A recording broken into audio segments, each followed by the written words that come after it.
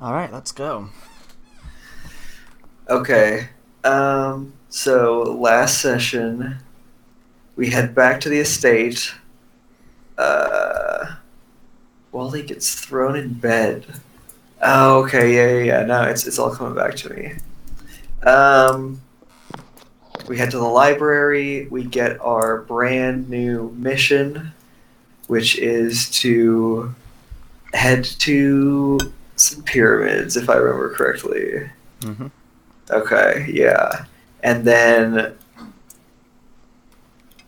oh yeah, we meet like the conspiracy theorist guy who's like, don't trust the elves are in control of everything.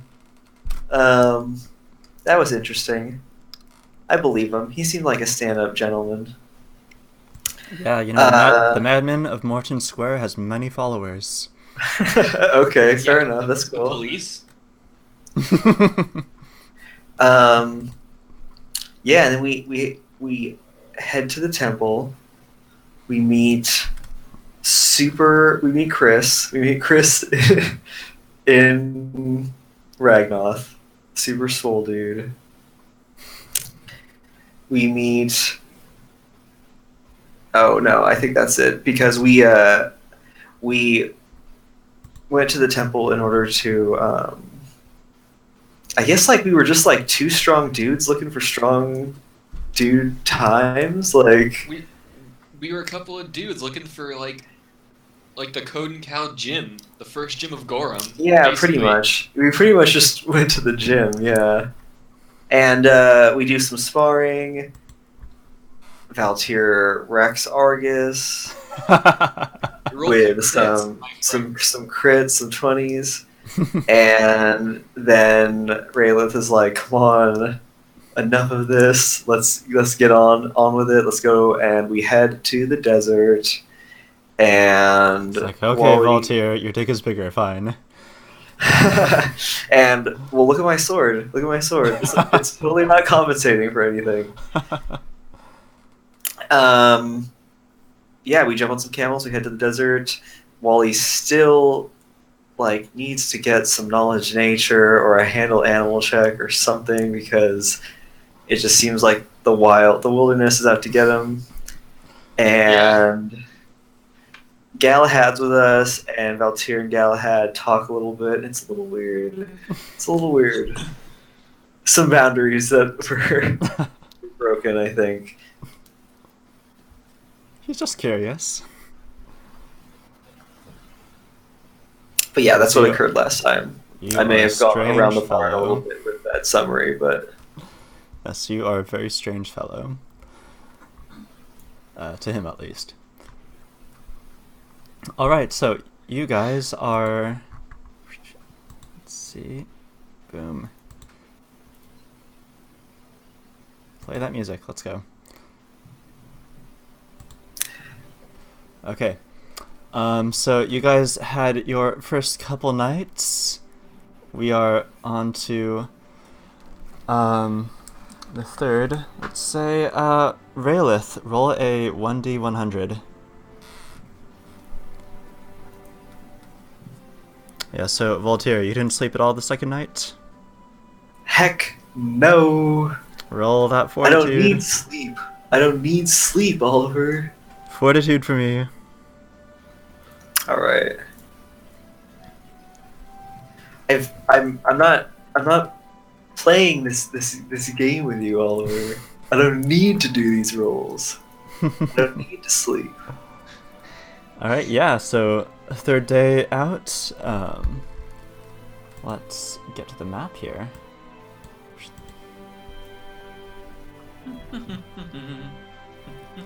So into the third day, you guys reach the desert. Um, the vegetation has gone from this sparse plains to the north of Kodankal into very subtly you find it goes from plains into just very dry land, not much shrubbery around, and then into sandier and sandier until you are just surrounded by um, the desert, and you guys are into this one now. And of course, your camels have slowed down considerably in this sandy terrain, but they are going much faster than a horse would. I thought camels were like desert sports cars. They're not sprinting. You could. Do you want to sprint your camel? Probably not. No, you guys Probably are just. not. You guys are walking the desert, or the camels are walking in the desert.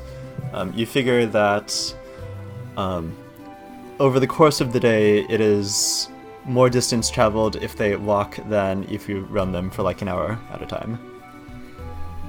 Sounds fair.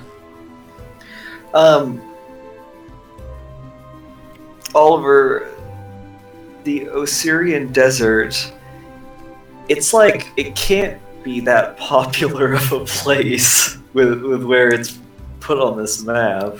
Nope. Right? Nope, this is not a popular place. Yeah. No, you only cross the desert because you need to get somewhere else. Yeah, okay. But, people will always surprise you. Alright, okay.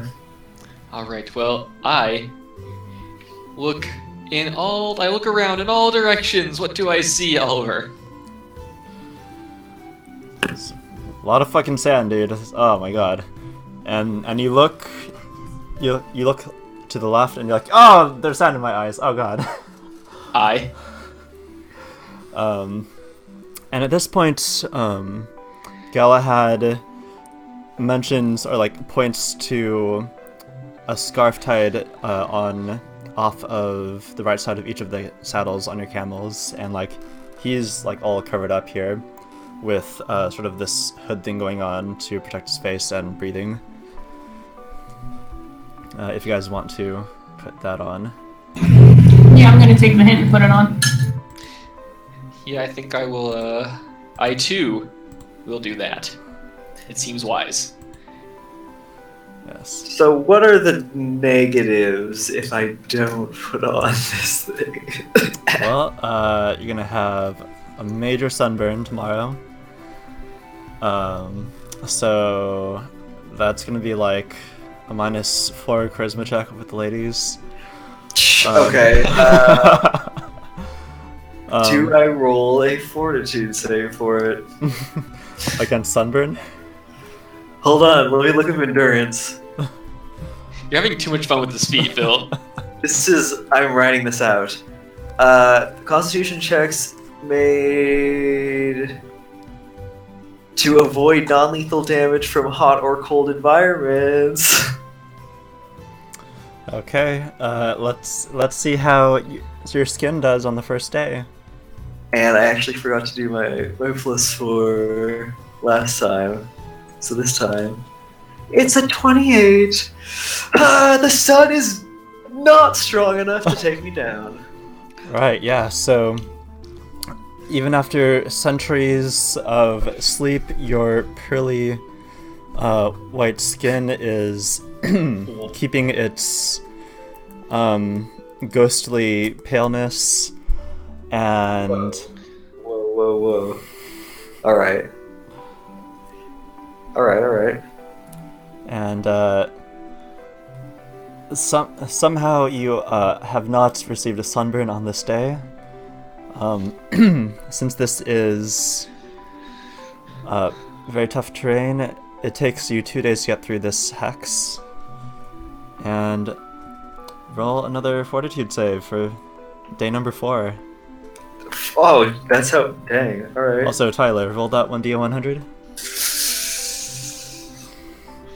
That's unfortunate, Phil. Technically, no critical fail, so it's still a 12. What do you mean?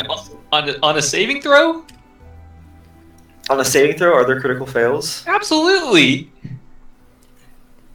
That's unfortunate. So, how tired are you feeling there after 4 days of not sleeping? I'm definitely. I think I'm fatigued. Pretty sure I'm fatigued. Fatigued as fuck. Yeah, pretty sure. I'm a little fatigued, which is fine. That's not a big deal, to be honest. Yeah, so Galahad remarks, I can appreciate you trying to be more like an elf, but going without sleep really won't help you on that one.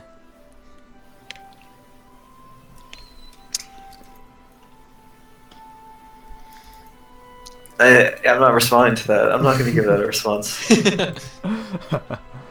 Alright, and on the 5th day, you guys see before you. Oh, are you gonna sleep on the 4th night? Yes. I'll sleep this night. Alright, you fall asleep, you have deep dreams, and you dream that you're walking through a dark, misty prairie. You have all your armor on. This, you don't know you're in a dream. This is, as far as you can tell, real. And you can see maybe 50 feet out. Beyond that, it's like the blackest night you've encountered. Okay. And it gets chilly and a bit spooky.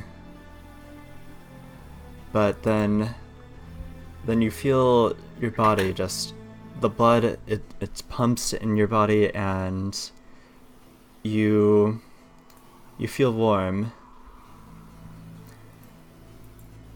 And eventually you wake up, but you seem to recall,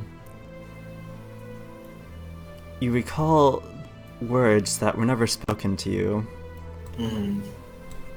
which I will message you here. I get the gist of it.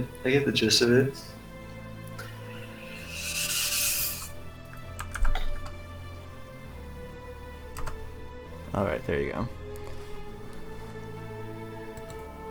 Anyways, so you guys, you see ahead of you in the desert,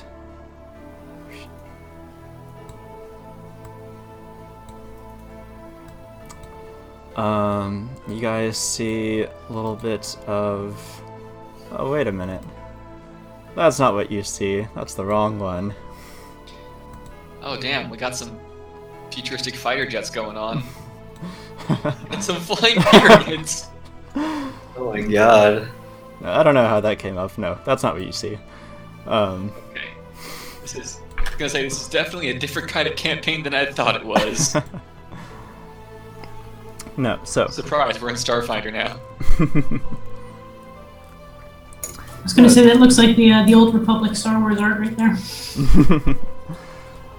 no, so you, Fireworks on a Tuesday night. so Galahad leads the pack, and before you see this incredible man-made mountain. The pyramid rises out of the desert sands, a relic of an earlier age. Its limestone casing blocks are weathered from millennia of scouring sands, but the structure seems solid and intact. A stone wall, buttressed by drifts of sand, surrounds the entire structure. To the east stands a squat stone building connected to the pyramid by a long, covered causeway. No visible entrances to the pyramid's interior can be seen. So, in general, you see from your vantage point the pyramid of the Pharaoh Sphinxes is maybe 150 to 170 feet tall and around 250 square feet square around the base. And it is surrounded by a wall about 15 feet off from the base of the pyramid on all sides. Right. Except for the building somewhat far to the east.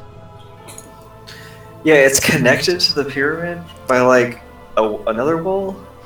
Yeah, so it's sort of a lot.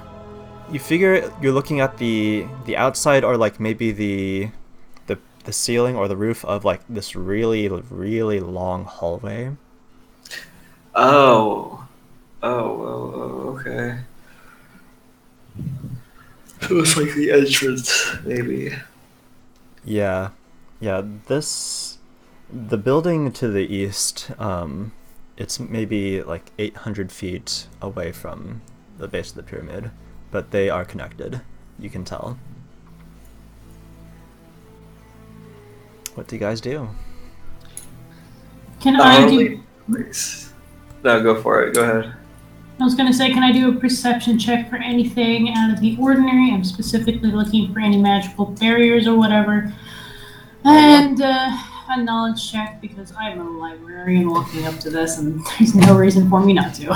Find the magical traps with your face. Basically, Okay. does that Yeah. make sense? Yeah. Well, at this point, you guys are maybe a fifth of a mile away from the pyramid, still approaching okay. it, but you can do a perception check to see if there's anything to be seen. That's perception. Anyone else? I'm gonna look around for any other people.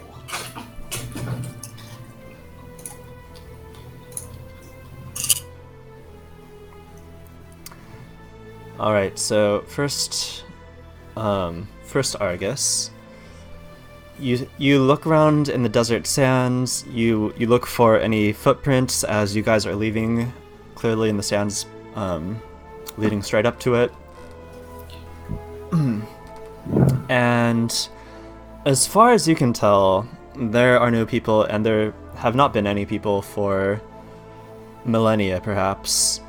It seems to you that this pyramid was perhaps recently uncovered by a great sandstorm, as like one side of it is sort of like still bunched up with sand. On the south side you can see like it's been scoured clean by the winds. So you don't see anyone around besides your own party. And what were you looking for, Michelle? You're not mute. You're muted. No, I know. I'm trying to think of what would be the smart answer to give here. Oh yeah, if there's like any barriers or stuff. Yeah, I was looking for signs of anything magical, any sort of like disturbance, anything that looks weird. No, you... Oh, she's gone. Peace out. Peace out. Well, that's a no. Alright, welcome back. Or I could just, somehow click out of the call. Right, so, you see the pyramid, as far as you can tell, this is all, perhaps not naturally constructed, but there's nothing that you can tell that would indicate magical barriers. There's nothing like that would magically keep anything out, as like one side of it is blasted by sand. There's certainly nothing has protected this building from the ravages of time and the erosion that has happened.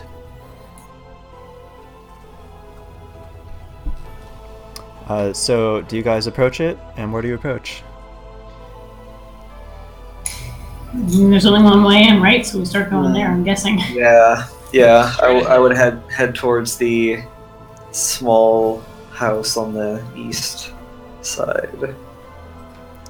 Galahad has been in this building before, right? You could ask. Galahad, have you been inside the pyramid before? I have not. No. Did you scout around the perimeter then? Yes, I managed to find the scroll that we brought back to the library. Otherwise, I find that it is unwise to enter such places alone. And there were no other entrances, correct? As far as I can tell, this is the only one, but you never really know. Wait, where did you find the scroll?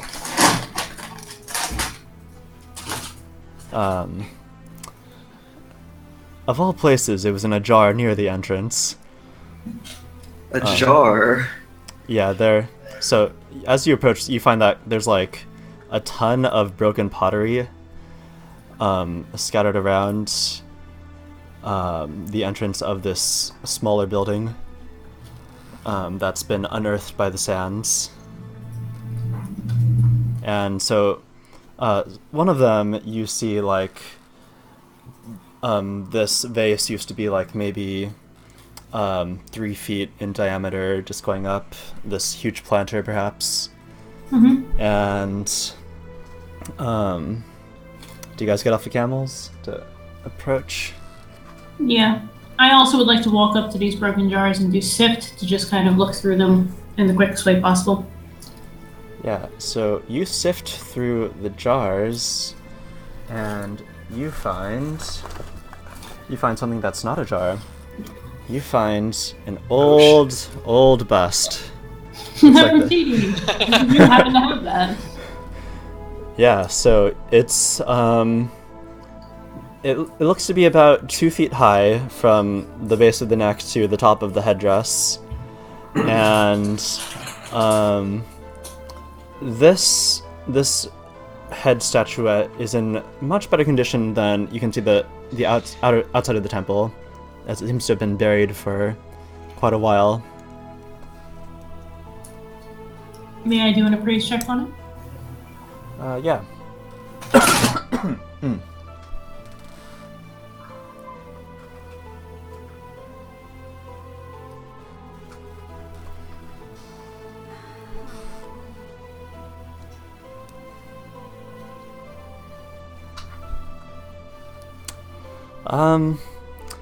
You're not sure how much this would be worth on market, but it's definitely something that you would want to bring back.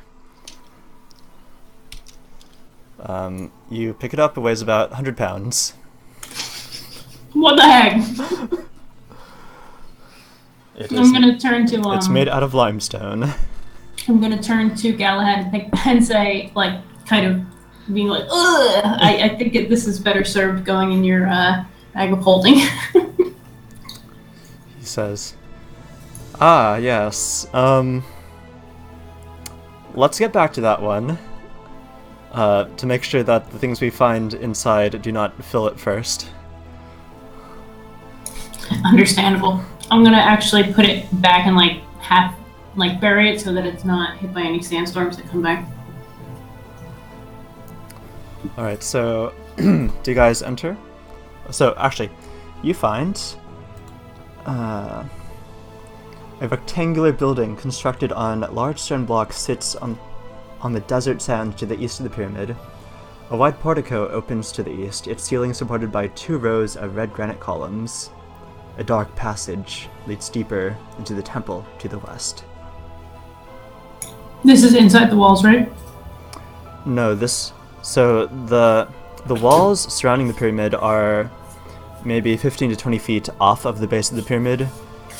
This building is like 700, 800 feet away from the pyramid. So, like, we're talking... So you're not inside the walls. Like, so here's the pyramid base, right? And then the walls, like, are around it, kind of deal, right? And then, can you guys see what I'm drawing? Yeah, I see Yep. it. Yeah. And then the building would be, like, over here, and pretend there's an entrance, like, here, because I didn't put an entrance there. It's more like... Yeah, so there seems to be a connection between the pyramid and the building there. Yeah, it's like there's Okay, so there's, like, a... Okay. hallway. Yeah, so that's the gist of it. Okay.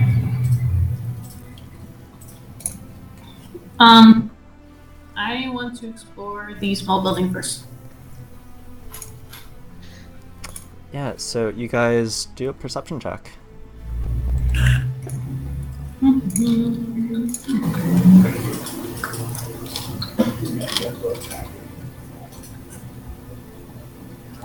Powerful rules. We are super perceptive today. Certainly are.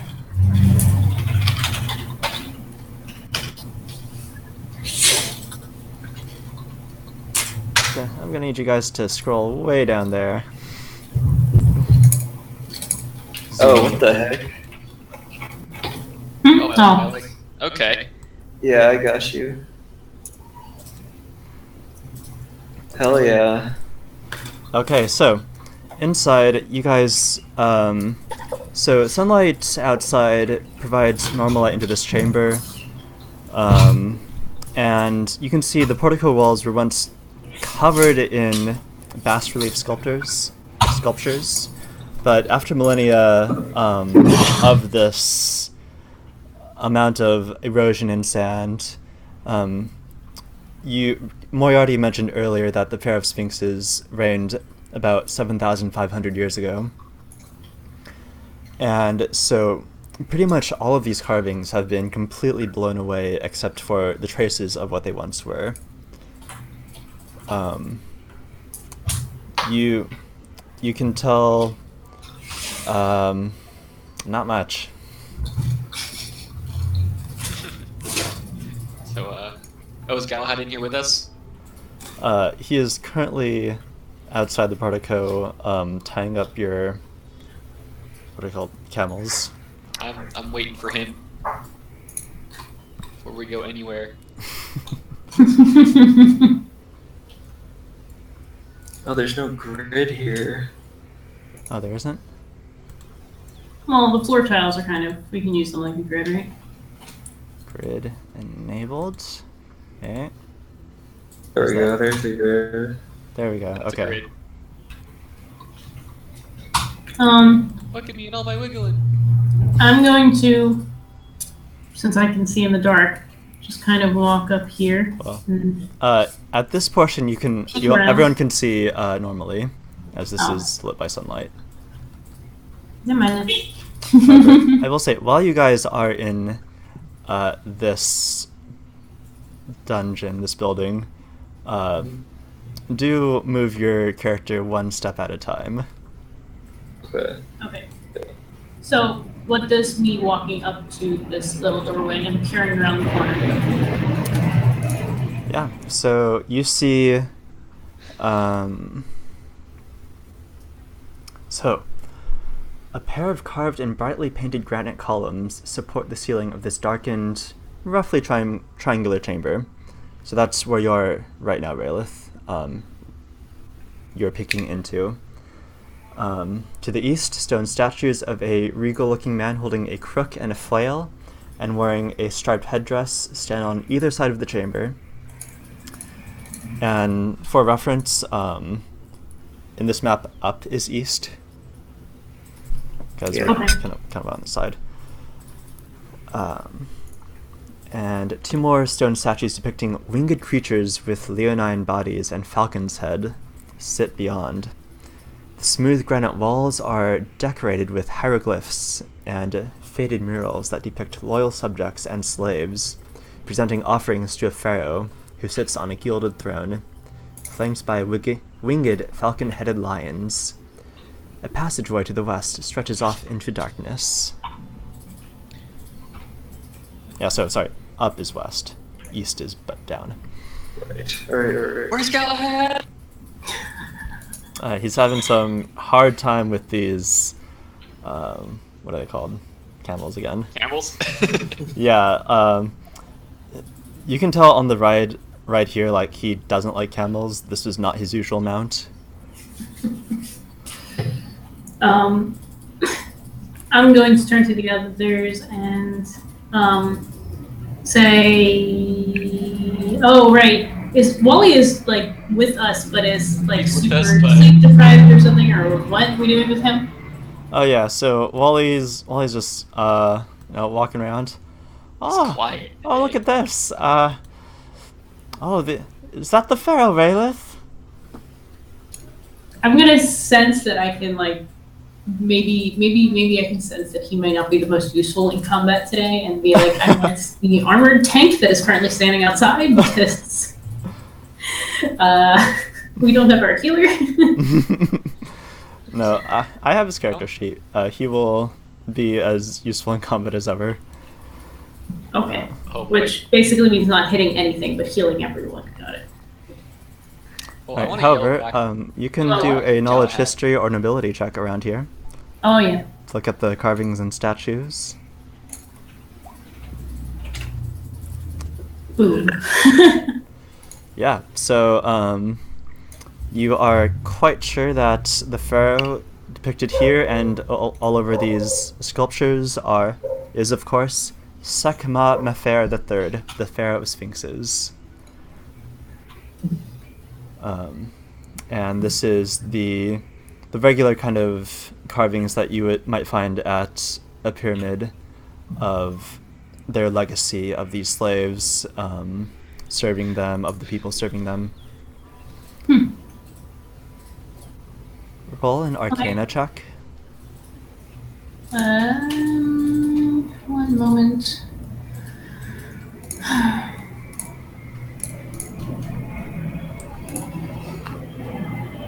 Are you saying knowledge arcana? Right? Yes. Like, what is my modifier? Wow.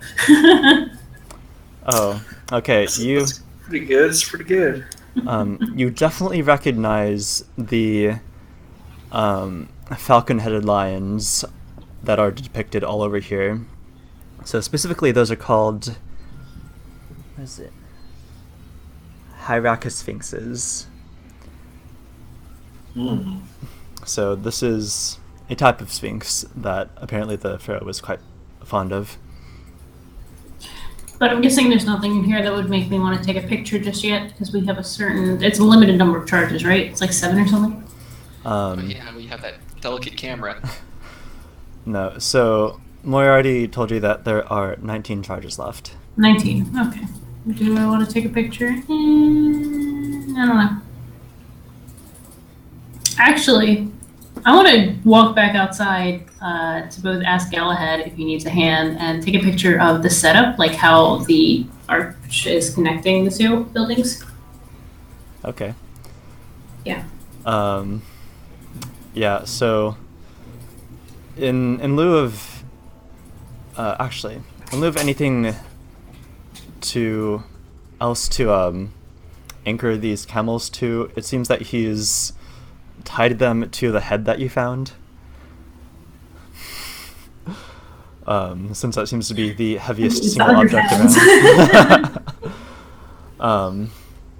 And so he's got 2 of them down, and he says, "No problem."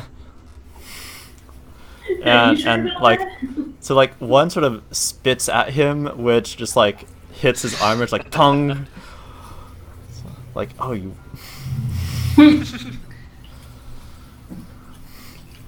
Well, the armor was looking a little bit dusty anyhow. And I'm gonna walk up and like try and help him wrangle the camel. Yeah. You need me to do like a animal handling or something? Yes, that one. Well, actually, if I don't have that as a skill, can I even do it? No. Oh, so I can't even attempt. Can we still go outside then and help him with that? Yeah. So you guys all help him with that. I refuse. Okay. Everyone but Voltaire. What are you doing around here, Voltaire? You're just like an angsty teenager now, aren't you? Like, seriously. I'll help any of the 3 of you, but I don't trust this Galahad guy. No, but he's like, Yeah, I'm not gonna sleep. Like that. Oh yeah, he's I'm not gonna sleep, Mom. he's Can't rebelling make me. against the laws of nature. Yes, I've noticed. All right. Or is he afraid to sleep? Ooh. Can I? Being Voltaire's not very afraid of anything, so he's gonna actually do a little peek while the others are just coming in. Peek where? A little peek ahead.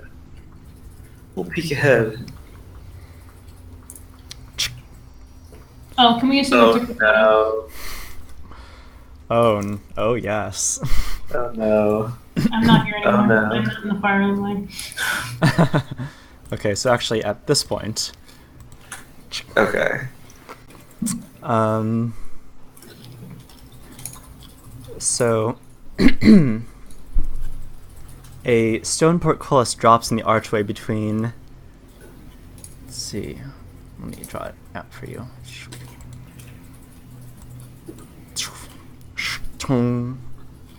Oh shit. Between you and the exit there, cutting you off, and you hear above you, and you are pelted with many a rock. Rocks? Someone's throwing rocks at me? Throwing rocks at you. Let me see the save on this one. If there is a save.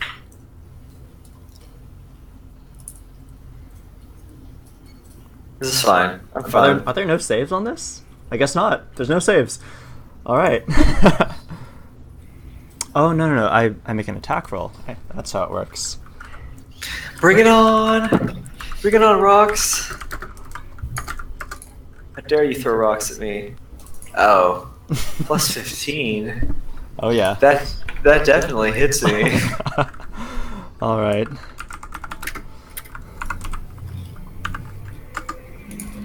Okay, so as rocks fall, everyone dies. You are just and battered with rocks that fall from the top of the chamber here, as is Walton. Let's see if... Oh yeah, oh, it hits him hard. Oh, it hits him real hard. Max damage. And he's like, ow, ow, ow, ow! Ow, Vatia, be careful! My bad. Are you kidding me? Already? That one's on me! Just some rocks. Rocks can't take down a warrior. Yeah, but they can take down Wally. He can heal himself, he's fine.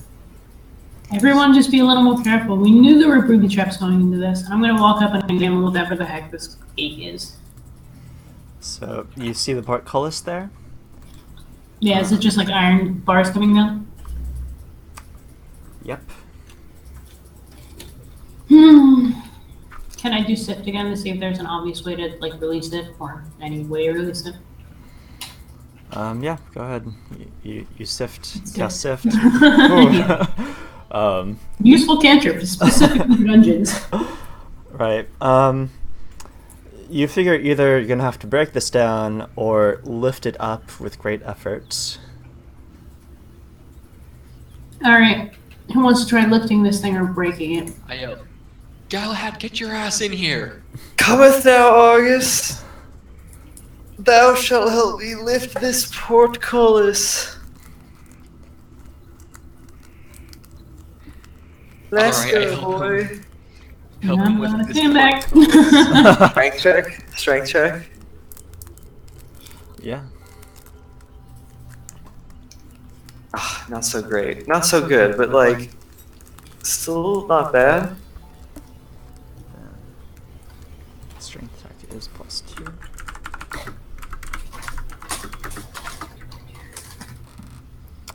Wally is no help, pretty much. He's bleeding from the ears right now.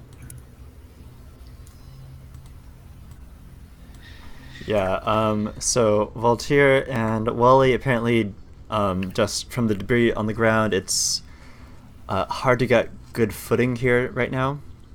Damn it. Raylith, are you helping at all? Nope. They're the stupid ones that got in on this. Rayla, please! We're just like trying to get it up. Okay, so... Alright. I'll come and help. Hang on a second. I have a new... The other reason I wasn't helping is because I don't know what my new thing is. It's +2 for your strength. Thank you.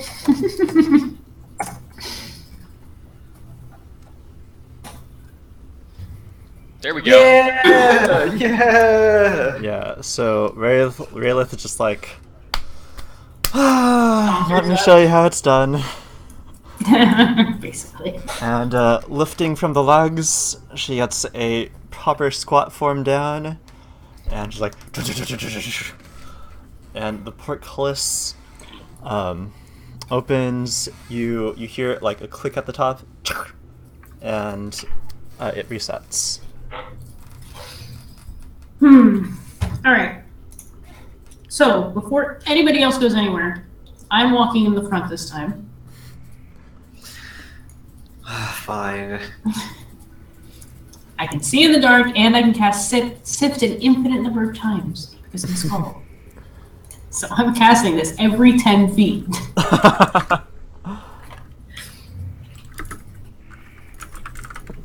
So if I come over here and like look where he had stepped, do I see like a pressure plate if I'm using Sift? Yeah, so let's see. So that's where he stood that activated the trap, but it doesn't seem to activate now that you guys are both standing on it. Or you hear something, chung.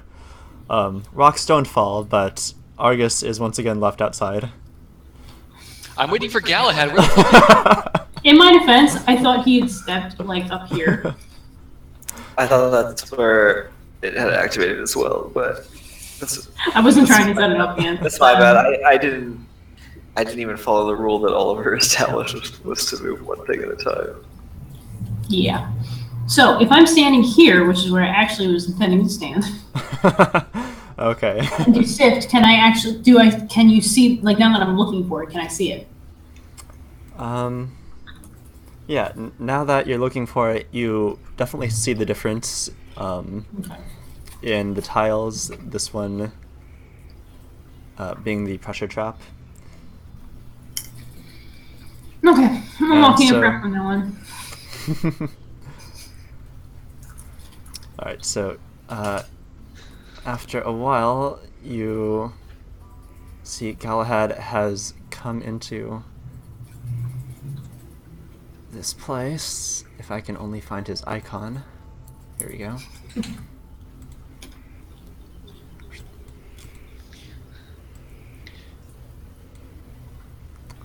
Say well, that trap does tell me one thing. Looks like we're probably the first ones to make it in here. And Galahad comes rushing in. It's like, I heard something. What happened? Rocks. We're late. Are you hurt, Raylith? No, but Walton is.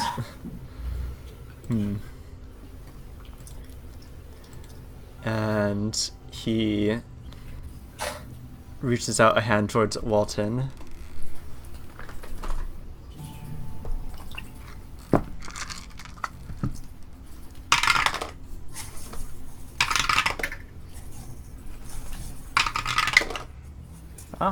And he is healed back to full.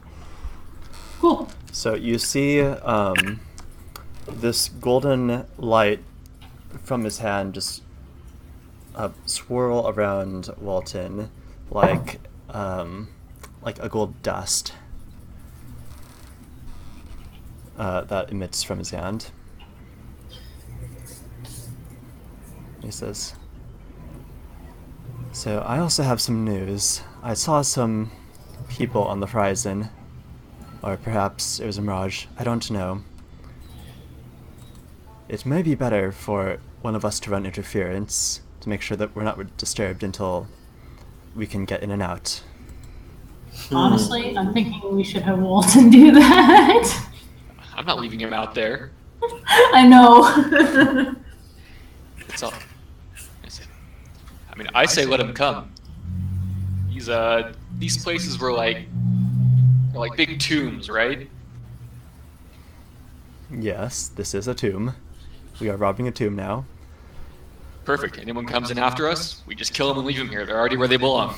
We're not worried about them coming in after us here. It's them going into the pyramid before us. Or if they taketh our camels and we have no way out of the desert. Also good concern. Yes. If they take our camels, that's all of our water, and it is hundreds of miles out of the desert again. So here, let me explain my thoughts here. Luke isn't here, and also Walton happens to have the highest diplomacy check, including me. So, and I'm like charisma based as well. So if we needed anybody, that you know of. Yes, that I know of. That's Galahad, true. I guess Galahad could be pretty fucking charismatic. He could be. But from my knowledge, all I know is that Walton is particularly susceptible to attacks. We already have a healer if we take Galahad, and Walton is incredibly good at talking his way out of situations for no reason whatsoever. So, unfortunately, the person I actually need to convince is not here. No. Oliver, are you even going to make it an option, though, for us to leave Wally and take Galahad? Well, like, Luke is gonna come back. Like, True. no, so Galahad says, no, let me take care of this. Actually, and you take this, Raelith. And he hands you his bag. And so do you reach out for it? Yeah, I'll reach out for it and ask, what's this for? So you reach out and put your hand on it, and then he puts his hand on top of yours between the bag and sort of declares to no one in particular, like, let it be known, Raelith Despar may use this bag. And you feel like the lock mechanism go. I see. All right. Any suggestions on how much it can hold? This is a Type 2 bag of holding. So, much anything short of a sarcophagus, it should be fine. Damn, I wanted a sarcophagus. All right. And so, he Tyler, goes you outside locked out. Can't leave Walton. So he goes outside to check out what's going on. And make sure your camels aren't taken. Damn, all right. All opportunities to flirt with him have missed. So. Yes, if you flirted harder. Would have been like, all right, fuck you, Walton, you're out. Anyway, so you can tell what him do you guys that, like do? I wanted to kick him out of the group. All right. So I'm going to turn to the remaining party and say, okay, I need somebody who can take a hit next to me. If we're going 2x2. That's What? either Argus or myself. Yes. And you two can shoot rock, paper, scissors for all I care. But I want one of you next to me, and we're going to need Wally behind. Yeah, Raelith, what is your AC right now? Now it's 17 because she actually has Dex. Ah, wonderful. Yeah. Thank you. I'm like looking between two character sheets because I'm in transition. I say, oh, Voltaire, you seem like you're a sucker for punishment. Yeah, but if he gets hit, he actually, doesn't have a giant protective barrier of shield that would go in front of him, so he would be actually. Warrior's afraid of nothing. All right, fine. I will I stand don't have my good clothes on ahead. anyway. I don't have my good clothes on. I can get bloody. I guess. Time to show Argus how to take a hit. All right, I'm gonna move. We'll watch. Do my sift again. Okay, in the 30-foot space in front of you, you see shafts of sunlight down from slots in the ceiling of this long, straight corridor illuminate piles of sand that have accumulated beneath each slot. So on the walls are elaborate carved reliefs. Their paint now very faded with time, but sort of discernible.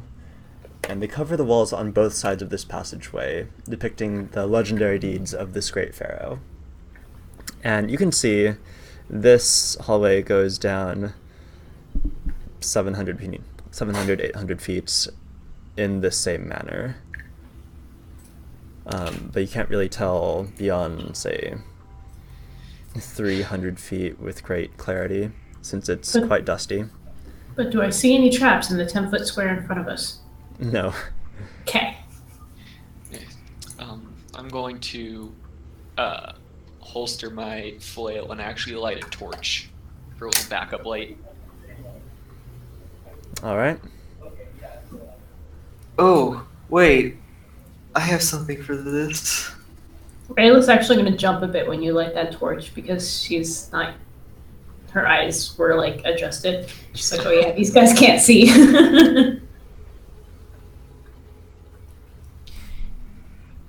I can see. Wait, I have low light vision. What kind of light is this scenario?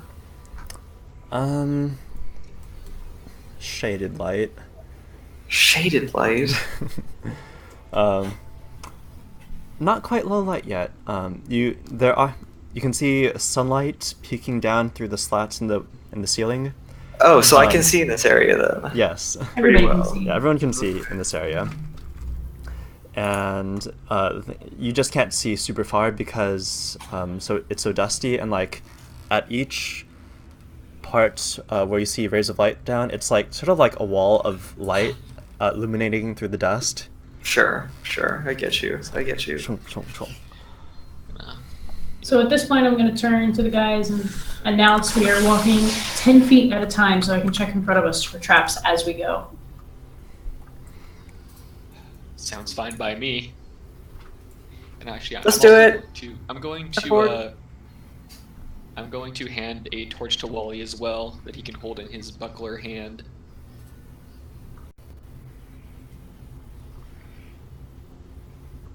Alright, yeah. Wally follows you guys.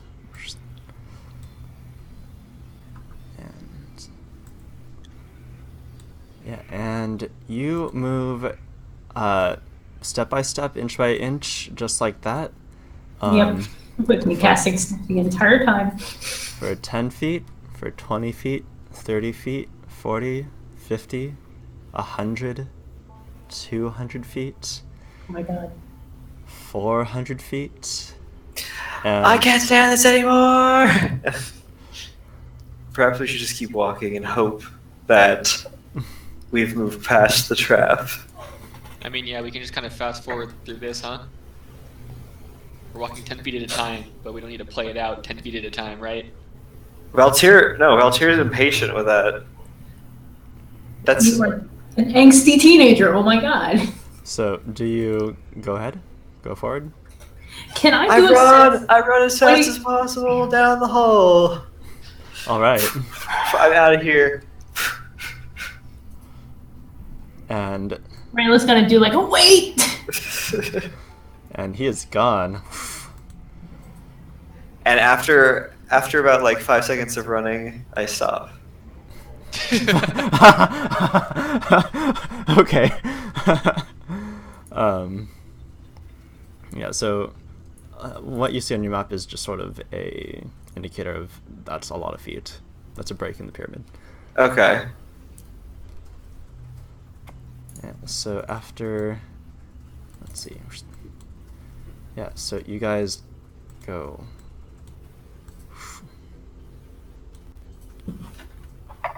Okay. Actually, let me get rid of this square. Okay.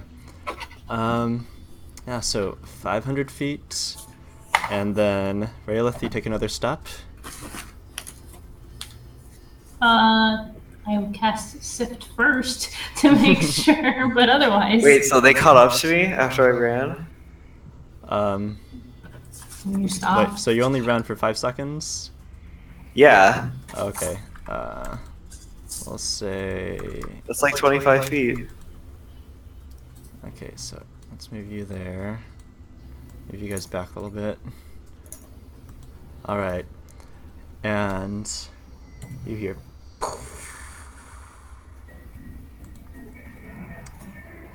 And What? What does that sound?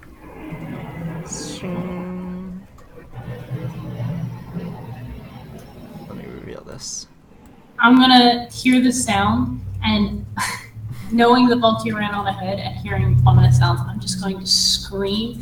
I swear to God, Valtier, if you touch anything, wreck any of the artifacts inside, I will wring your neck personally. No, he doesn't touch it. The artifacts go for him. Well, that's why I'm thinking like set to like booby trap itself. If he sets off a booby trap to kill any of the artifacts. I haven't touched anything. So in front of you, you see a mini pyramid. A mini pyramid. Yes, smaller than the pyramid you saw outside, but still about 10 feet wide. Okay. About 40 feet away, Valtier. And as you approach, it starts charging at you. It's charging? On what? On what? Just sliding. Legs? Yes, this animated object starts like sliding towards you It's sliding towards me. Oh, no. at speeds that you have never seen a building go before.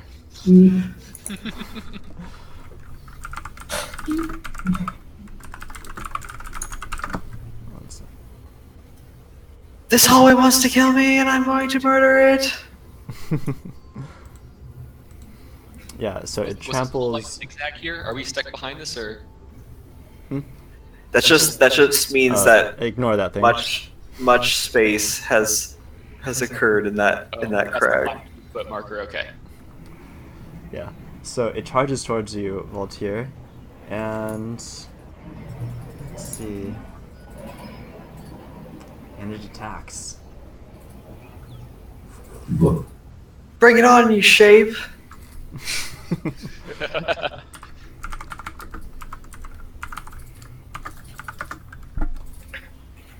Hell no! Yeah. So you see this pyramid sort of rolling towards you and apparently going to slam you, but you just brace yourself and it stops before you're knocked out. And roll I'm a initiative. warrior. I'm a warrior. All of us? Yes. I'm a warrior. Oh my God, Raylith. You're in these 20s. I'm gonna just like hit a point though where it's gonna just like be like ones. And this is my retribution for rolling not one but 2 ones when attempting an HP roll to level up my character. I think the game is apologizing to me. What's the initiative on an animated building? You would be surprised. As would I. Yep. Allies, it seems that this pyramid has babies inside of it. Baby pyramids that I shall murder. While Oliver's doing that, question for everybody else. The knowledge planes bonus that we got before, was that just adding 1 point to knowledge planes, right? Yeah, 1 point. Oh, I forgot that happened because I didn't get a bonus.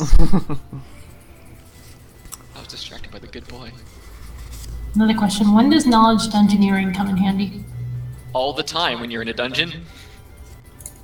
Yeah, One of the it's things like I have, but It's good for identifying creatures that live in dungeons, hazards of dungeons, just architecture. problem in a dungeons. dungeon.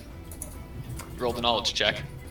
Alright, yeah, so Raylith, what do? You see Valtier seemingly attacked by this moving stone pyramid within a pyramid. can I do anything to quickly figure out if this thing is like actually made of stone or if it just looks like that?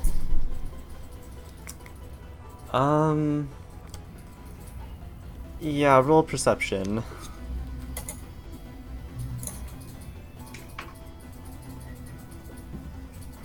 Yes, you are quite sure that this thing is made out of stone. It's not humanoid, so... This is what I want, web. which I don't think I even have access to. Does it look big enough to jump over? Or small enough, I mean, to jump over? Yeah, once you guys... Yeah, you think you can climb over it if it were not moving as such that it is. So when it attacks, it's trying to like slam into us, right? It's just going like bah. It's Right. not like growing appendages or anything. No, it's not growing appendages, Oh, as far as you okay. can tell. There are no arms on this pyramid at this moment. So I am, since I don't really see any other options, just going to do my like set against with the Barbiche. I don't think I even have any spells that I can use in this case. Interesting. So that's how this works. I mean, Alright. you can set against it, yeah, but it's probably not going to charge you because Valtyr's in the way. Unless it tramples me and just pushes past and it continues to go towards you all. Certainly could do that. The one thing that It's stone sliding toward us, right? So like, Yep. I don't know, how would you even react to this? you can break rocks. No, I said that in character, as Raylith ponders. As time freezes, right? All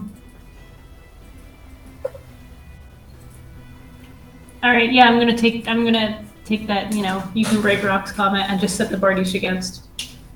That's what I'm gonna do. You're gonna attack with the Bardiche, or... I have put the thing down in front. It's give me a bonus next turn, basically. Basically, in case it tries to trample or. It's a brace weapon. You can set it against a charge. Yeah. Okay. So if it I charges, don't even know if that makes sense. Alright, so that's your turn. Is that it? Yeah. Argus, your move. Alright, well this is new to me, and I walk up, I'm going to drop my torch right here in this square. Okay. That's 10, and then 20, 5, 10, 15, 20, and then as I drop the torch there, and then I grab my flail as I walk closer. And that's my turn. Okay.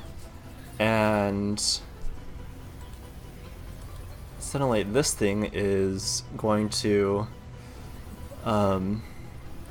go and try to trample you. Bring it Valtyr. on. Bring it on.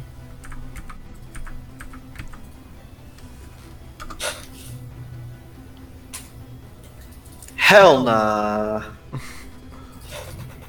Yeah, so you against this stone pyramid, you have stopped it in its tracks. You're just like, yeah. It's not coming towards me. It's not going through me. You shan't pass, bitch. Let's is it my turn now? Walton's turn. Walton, do So something. it's 5, 10, 15. It's like, August, did you want to get up close there? Hmm? August, did you want to get up close there? Yeah, that's what I'm trying to do. Okay, can you do aid another from behind on attack rolls or something? You need to also be threatening the enemy. Yeah. Ah, well, he is not. So, alright, he is hanging out. And he has no ranged weapon, so that's that. Alright. Now it's your turn, Valtyr. Let's go. Oh no. Oh dear. Oh no. This is unfortunate. Okay, so as you try to move your sword in these tight quarters, you feel like a muscle pull in your shoulder, Oh shit. What? and you're like, oh, ow, oh, ow. And it sort of stops your attack mid thrust. You don't drop your sword though. Ah, damn it. Alright, fair enough. And you have -1 on your attack rolls until you can get that massaged out. Whoa. Damn. All right. So it's now a +5. All right, Raylith. This thing is stopped moving, right? It doesn't seem to be able to move past your wall of flesh in front of you.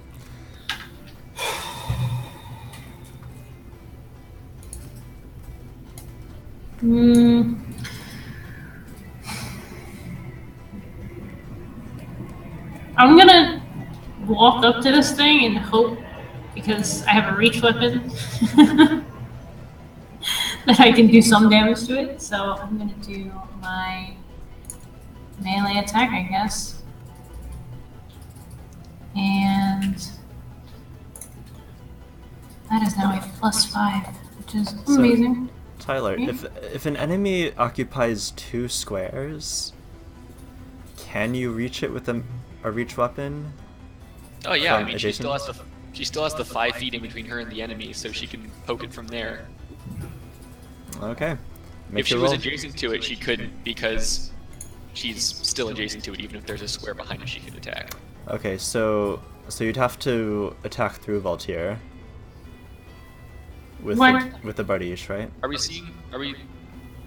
Did Roll20 do that thing where not everyone's tokens are in the same place for each person? I'm standing next to Voltaire right now. Yeah, she's standing to the right of Valtier, so she has Yeah. just a clear stab at this thing Yes. from where I'm looking. Yeah, but with the Bardiche, can she? Is that like mechanically? Does that work? Yeah, because she's attacking. See where I'm pinging? Okay. All right. Yeah. It's, So. it's occupying a square that she could attack. So Yeah. Going so- like this, like. All right. So like chopping wood.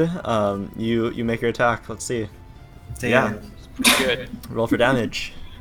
Bardiche is 12 with. Wait. No. Is that a crit, possibly? I think Bardiche is 1d10. I think it's. Yes, you are correct. Thank you. And that is a crit. Nice. That is a crit. Oh, roll to you confirm. could actually. Roll to confirm the crit. Yeah. You have to roll again. Just it's a 1d20 to do it, or one You just, plus or minus? yeah, +5 still. You just duplicate the roll. Nope. Oh. Okay. Just for the. Okay. Well. Oh, yeah, remember you had your. You hit at your least. strength. Yeah. Don't forget your strength modifier.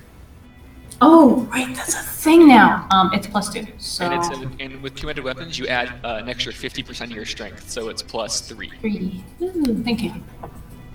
This is the new part of like the character sheet thing that I did, that I Okay. don't know yet. So it's now a 10. 7 then.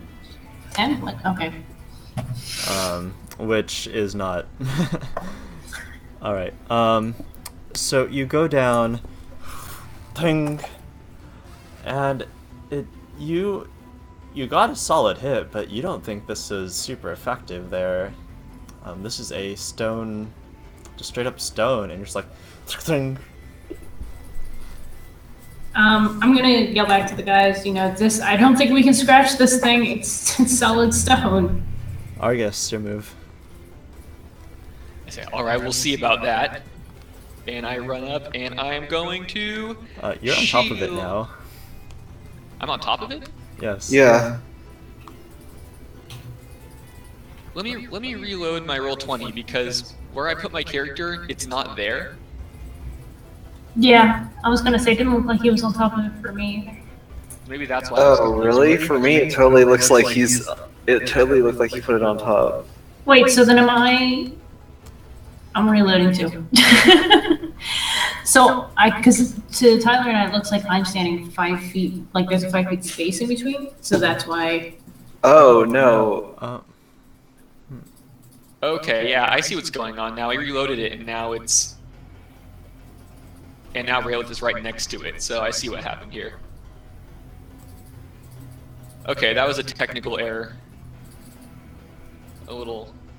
Well, the answer back. Let's just. Want to just swap me in Raylith's positions to make everything make sense? Sure, yeah. You were a little bit further back. Raylith attacked from here. and now you can move Okay. faster. I'm gonna move, and I'm going to shield slam. So that's why Oliver was confused about Raylith attacking from right there. Oh look, let me confirm that crit. Yeah, now it all makes sense why there was confusion. Mm-hmm. Crit is not 14. confirmed, but But I am going to roll that armor spikes attack as well. okay, yeah, you got it. Alright, so roll.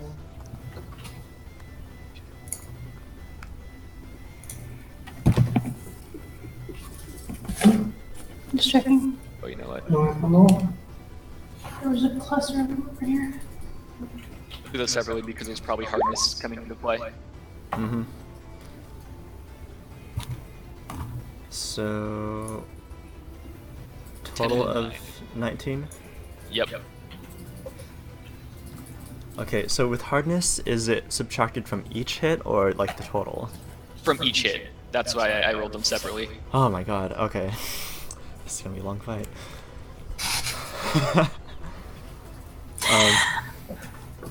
Yeah, so bam bam. With your shield slam, you get a nice chunk off of the face there. Same with your Morning Star or mace. You're like, That was yeah, it was actually armor spikes. oh, armor spikes. Yeah, so you managed to chip off a bit of the face there, but it's looking pretty.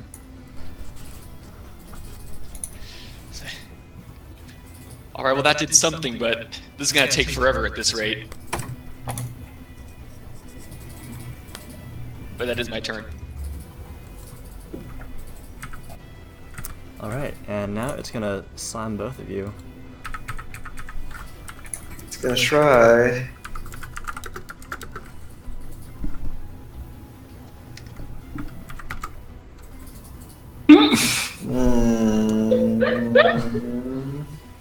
Yep, I believe it does. Succeeds, yeah, that's a success for sure. Is it rolling one against both of us, or is it rolling two different attack rolls?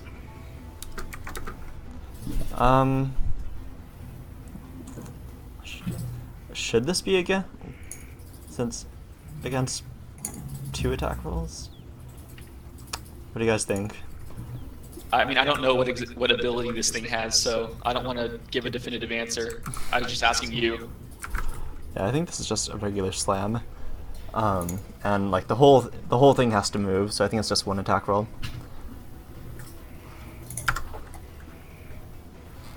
Yeah. And 11. Alright. so you guys are slammed by this pyramid moving forward. You're like, ugh. Sort of having a little pushing contest between you guys, and you take 11 damage.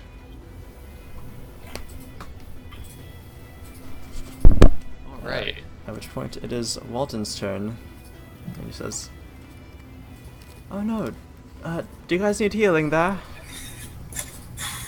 Most definitely. Alright, I can do that much. And he puts his hands together and says, "Mitra, help us against this stone block that is attacking us." And channels some energy.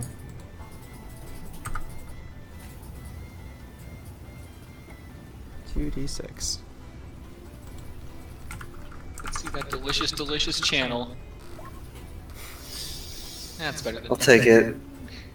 I'll take it.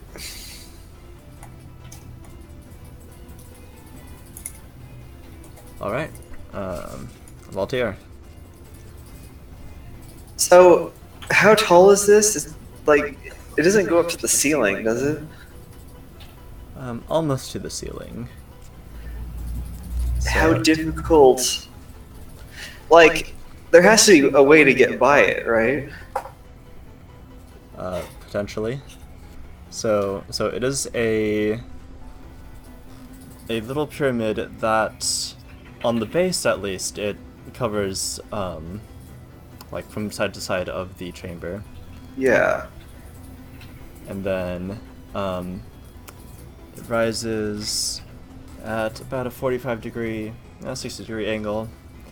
And the top is about 7 feet? 7 feet Right, high? but because it's a pyramid, like if it's right up against the edge of the wall, as soon as it's angled, there's like going to be a space that develops, right? Yeah, so, yep, there is a space there. Yeah. Okay. Would that be like acrobatics to try to jump through? You can try. Okay. Yeah, I'm gonna try to use acrobatics in order to make my way onto the other side. And of course not. Yeah, so you make your jump and it sort of like shudders and rises where you thought it would stay, and it pushes you back to where you were. This is a geometric aberration. It is. This is a bizarre pyramid. Okay. It's like we're having some sort of bizarre adventure. I'm going to. I mean, that was my standard action, right? Yeah. I think using acrobatics to try to move through a space is just part of your move action, and if you fail, it just uses up your move. Oh, cool. Then I still have an attack. Okay, yeah. Hell yes.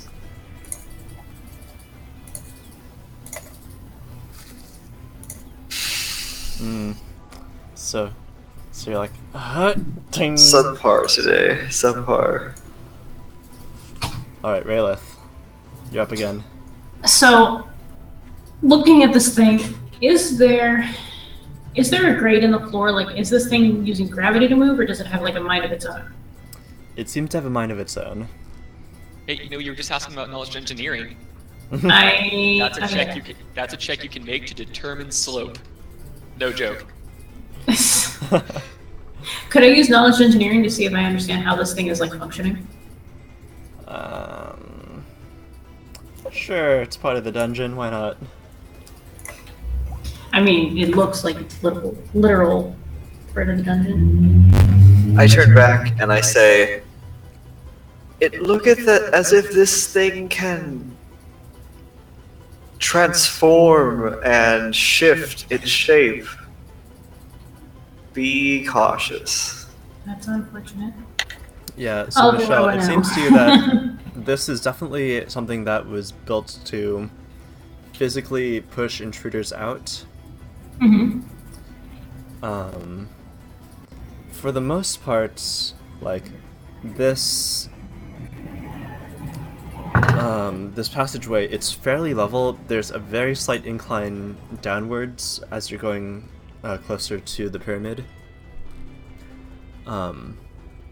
But for the most part, it's quite level.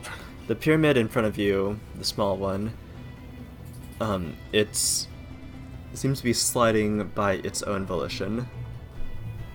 Okay, so I want to. You're gonna have to tell me if I can even do this. I have these lovely chakram on me, and I would like to try and shove them in like any of the floor tiles, like underneath the edge of the thing, to get it like jammed in there so it can't move forward anymore. Chakram are metal circles, and I have multiple. Oh, like in between the tiles on the floor. But no, like basically, get in there at a junction where it's like jamming it in the tiles of the floor and underneath the thing. So like, if that makes sense. So it can't like move forward past that point. Roll an Arcana check to see if you think this would be effective, or how you think the creature would react to that. Knowledge Arcana. At 7. I just did. Okay. You saw, by the way, it glided over the stone floor, like the 40 feet that it took to get to Valtier on the first move. Putting things underneath it, at least not the thinness of the chakram, would be you don't think it would be very effective. Hmm.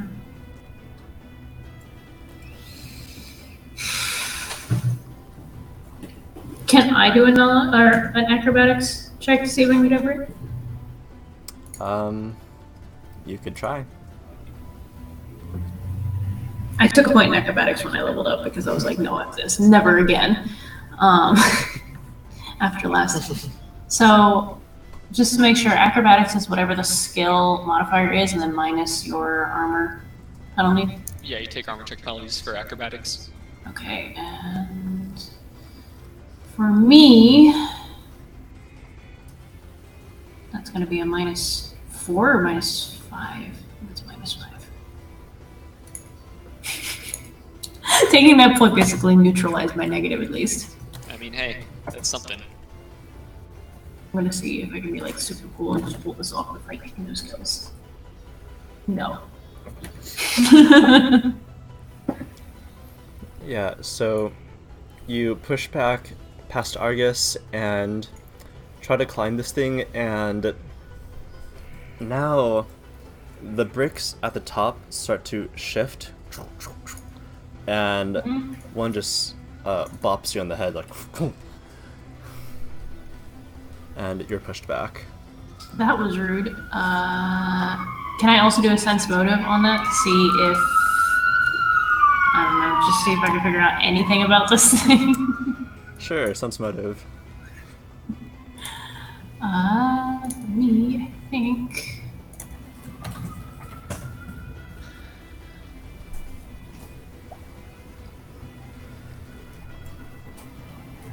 You think that this thing is absolutely mindless. This has no thought process whatsoever other than attack intruders.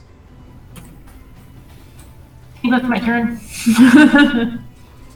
Okay. Can I do like my set against just in case? That's a standard action. Argus, your move. Yeah. I say, alright, that's cute, but here's a tip. When things try to hit you, they stop if you hit them back harder. I'm going to actually use a move action. And I order everyone to break this thing to pieces. I use Freebooter's Bane to give everyone their +1/+1.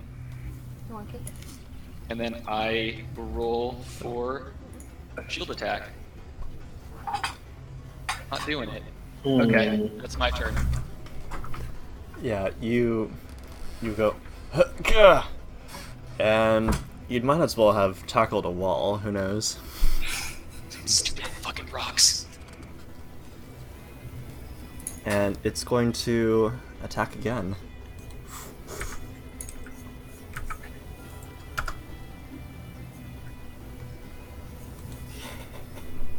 And it shudders, and then you guys are pelted again with just the face of this thing. It's like, and 19. No dice. That hits me though. Okay. How's this thing hitting both of us? Holy shit. Holy shit. Oh my god. Huh, okay. Yeah, so you take a nice 15 damage from these limestone bricks coming at you, like, and then you're covered in these bricks and dust, and they return back to the pyramid and reform. Oliver, I got a question for you. Yes. Would use magic device or disable device work on this? Like, does it qualify as a device?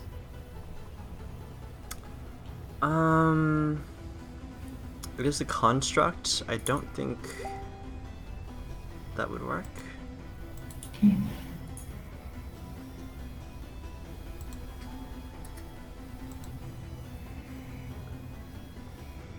Yeah, disabled device is more for traps. That'd be like disarming a trap. If it is moving and actively attacking you, you probably can't disable it with a skill check. It's worth a shot.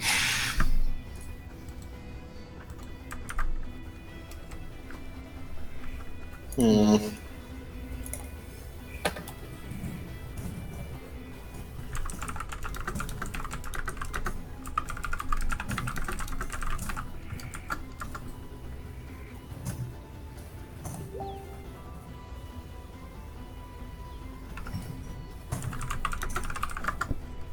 Yes. Oh, it's Walton's turn. He's like, "Oh, Voltaire, let me help you." Yes, please. And he casts Cure Light Wounds, which is really, really small on this sheet here. And I'm not. 1d8 plus 3.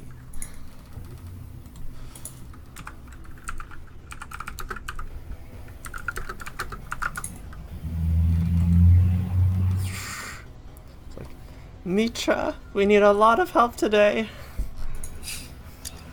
So, wait, was that channel energy or That was Cure Light Wounds. oh, cure light wounds? 10, huh? Okay. It's not bad. I think this thing just hit me for 15. Voltaire. Yikes.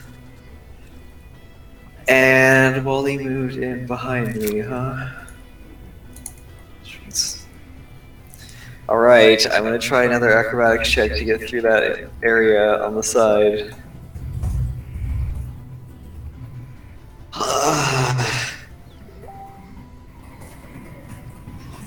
No.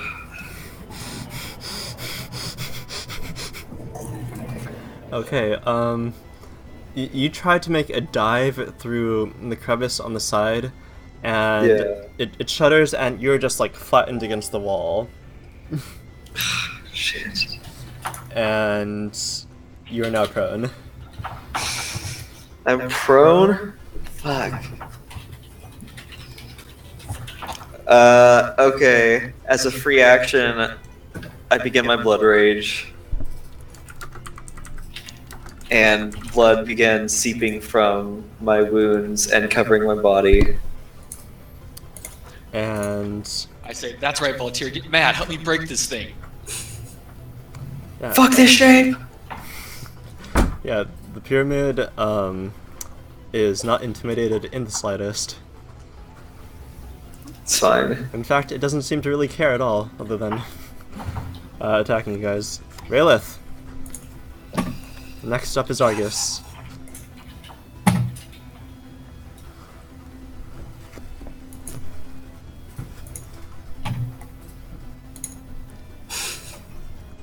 I am at a loss as to what to do in this case. Hit it. Yeah, this. Hit it. Hit Just- it. Oh yeah, you're giving me an extra bonus right now, right? Yeah, and because you have a reach weapon, you can actually attack over me. It gives the enemy a little extra cover, so it's harder to hit, but you can still make the swing. So what does that take it to then? Because you gave me a +1, but what is the minus penalty for reaching over you? Okay, it's either -2 or -4. I don't remember off the top of my head. I'll look it up for the next round. Okay, it's a -2. It'll be up to So Oliver it's to decide Oliver. what penalty to give you, since I don't remember the exact one. For partial cover? I think it's partial cover.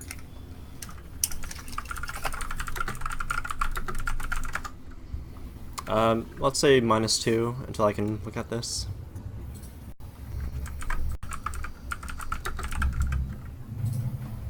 Honest question.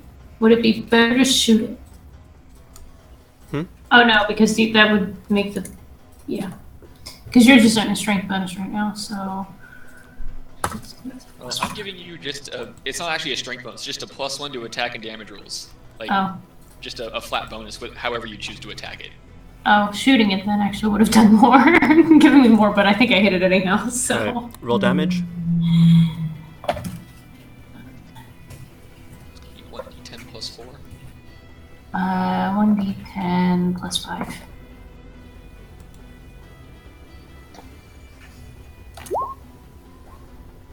Whoop.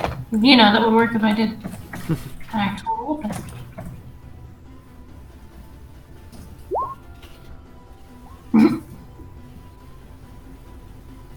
Yeah, so you go ting, and you can feel the vibration of your strike all the way up your arms. Argus.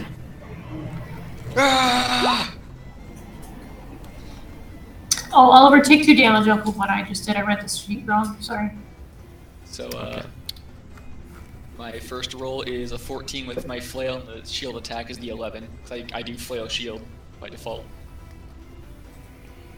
Okay, neither of these attacks seem very effective to you.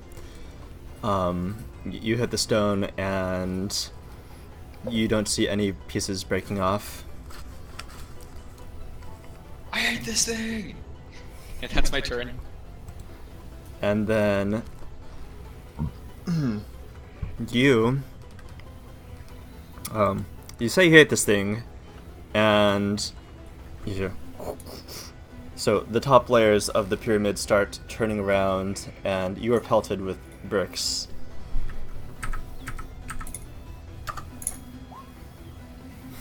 Oh yeah, that does it. What the fuck?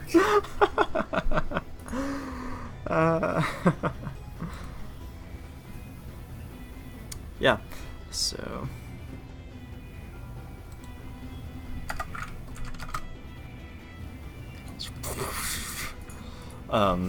and you get kind of bloodied by this bludgeoning of bricks coming at you. Walton asks you, "Do you need healing too?"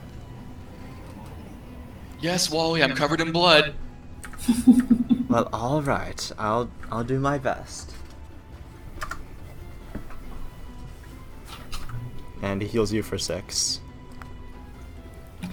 Misha, we're getting beat up by a building. This is weird.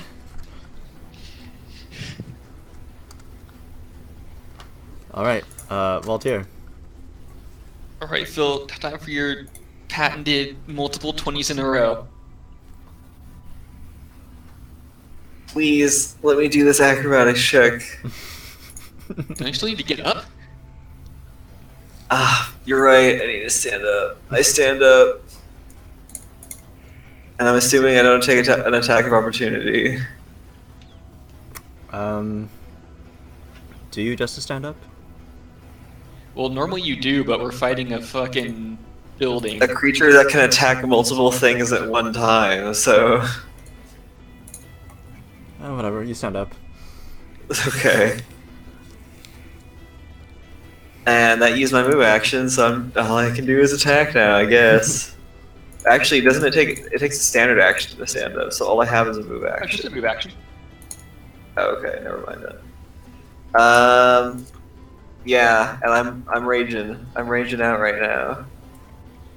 So I'm Rating on my going... bonus. Rage against the geometry. Oh my god. Rage against the primitive machine. So my modifier right now, -2, but +1 weapon. It's like a lot. 16! Alright, roll for damage. Yes! Heck yes! Okay, I gotta make sure I'm rolling the correct damage here. Plus... Okay. Yeah, I'm pretty sure that's it. I'm 100% positive that's it. Damn it! Wait, add... +1 to that. 10 damage. Right, you hack at it away with your sword, and you see like chips flying around. You're like, and it's like, there are Okay. shards everywhere. Raelith.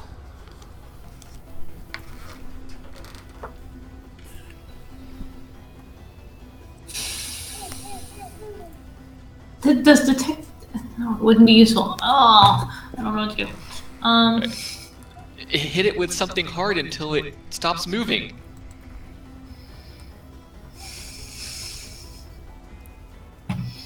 Yeah, having an all physical party makes this really hard. See. In a hallway, yes. Yeah, it does, because my spells are not particularly, like, useful. Like, casting Glue Seal on this probably isn't going to stop it from moving. So... Glue seal. Yeah, it's this thing is too big for it anyhow. It's like a 5-foot thing. I guess I'll just hit it until it stops moving. Yay. You could start a raging song. I mean, that's an ability you have. No. How useful is that right now? So, honestly. Like, how big of a difference is that going to make? +1 to attack and damage rolls for the 2 guys in front. That can make a difference. Alright. Also, you took Lesser Spirit Totem with your level up, didn't you? I didn't pick up for it. I didn't anticipate using it, so... Yeah, I didn't see that on your... I saw that on your character sheet you showed me. So, right from last time. I don't even know and what it works on everyone who hears your song, so we would get spirits around me and Valtier that are attacking the thing with us. Oh, right. Yeah, I remember that one now. Why not? Let's do it. Let's just whack away at this thing. Can I cast Detect Magic before I do that, though? That would be 2 standard actions. Oh, okay. Yeah, I'm gonna start the Raging Song, so... and that's gonna be my action. And what does the song sound like? Somebody who's really fucking pissed off at this pyramid thing that's in front, basically. Yeah, and your song echoes through the halls, giving you this, like, really metal reverb. And you guys are feeling pretty pumped. Argus, you're feeling the song there. All right, so And spirit for your like reference, does. that's what that is.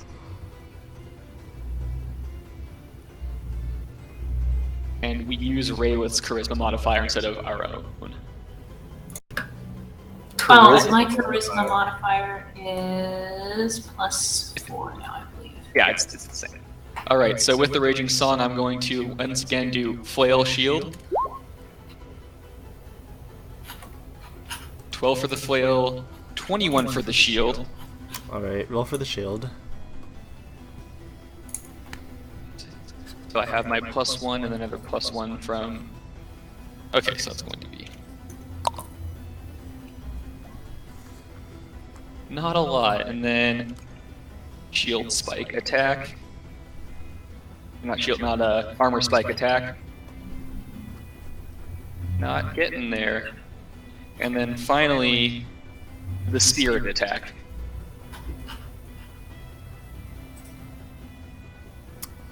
Alright. That was so a whole lot of sub 10 rolls in one round. That sure was. That sure was. Okay.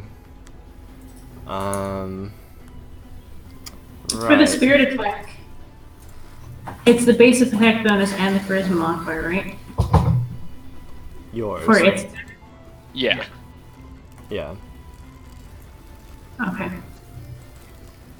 So you are pounding at this with your shield and your flail, and like now you have these bizarre spirits swirling around you. They don't seem to be aggressive to you. You hit and then they hit. It's like slamming against this. Wait a second. Sorry. So base attack. This is a Pathfinder thing. Base attack bonus would just be the melee attack in this case. Attack, no, that's basic attack bonus. Every is attack. Attack roll. That is. So that would be just the plus. Oh, it's +3 for me, and then the charisma modifier is going to be a +4. So I think it's actually a higher roll than what you have here. Oh. Yeah, If you're that right. makes a difference. I didn't add the AB to it. So it's actually +7. Okay, so 14. I think 14's already missed, so. Yeah, 14 Okay. still isn't quite there. Sorry, just making sure before you give your your speech out. We're sorry to interrupt. Yeah, so you are flailing against this thing, and now you have these little wisps. What does your spirit look like, Rayla? You know Haunter from Pokemon? Yes. Sick. The little like claw hands. Yeah. So there's little claw hands and little seemingly ghosts surrounding you, from Raylith's song, and it's kind of weird. It's kind of weird. And now, this thing. You see these. What is it? These stones and like shattered pieces that you guys have broken off lift into the air, and then they are pelted at Walton. However, he has partial cover. Find you guys. Oh no. Walton's like,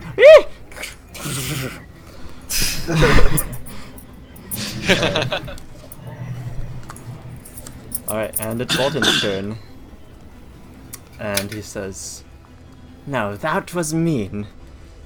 Voltir, move aside. I will show the shape of what I am made of."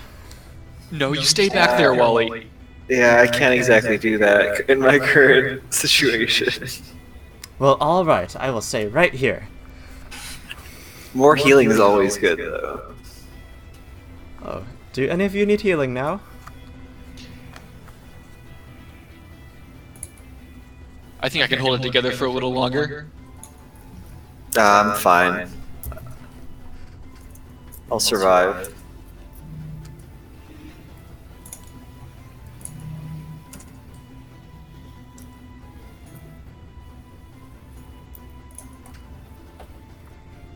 Yep.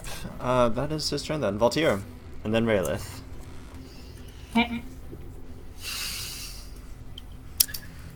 I don't know if I should keep trying this. I haven't gotten a good roll, so I don't even know if it's possible. It could be that, like, no matter how high I roll, this thing just keeps smashing me to the fucking wall. But I wouldn't know. So... I guess I'm just gonna attack it.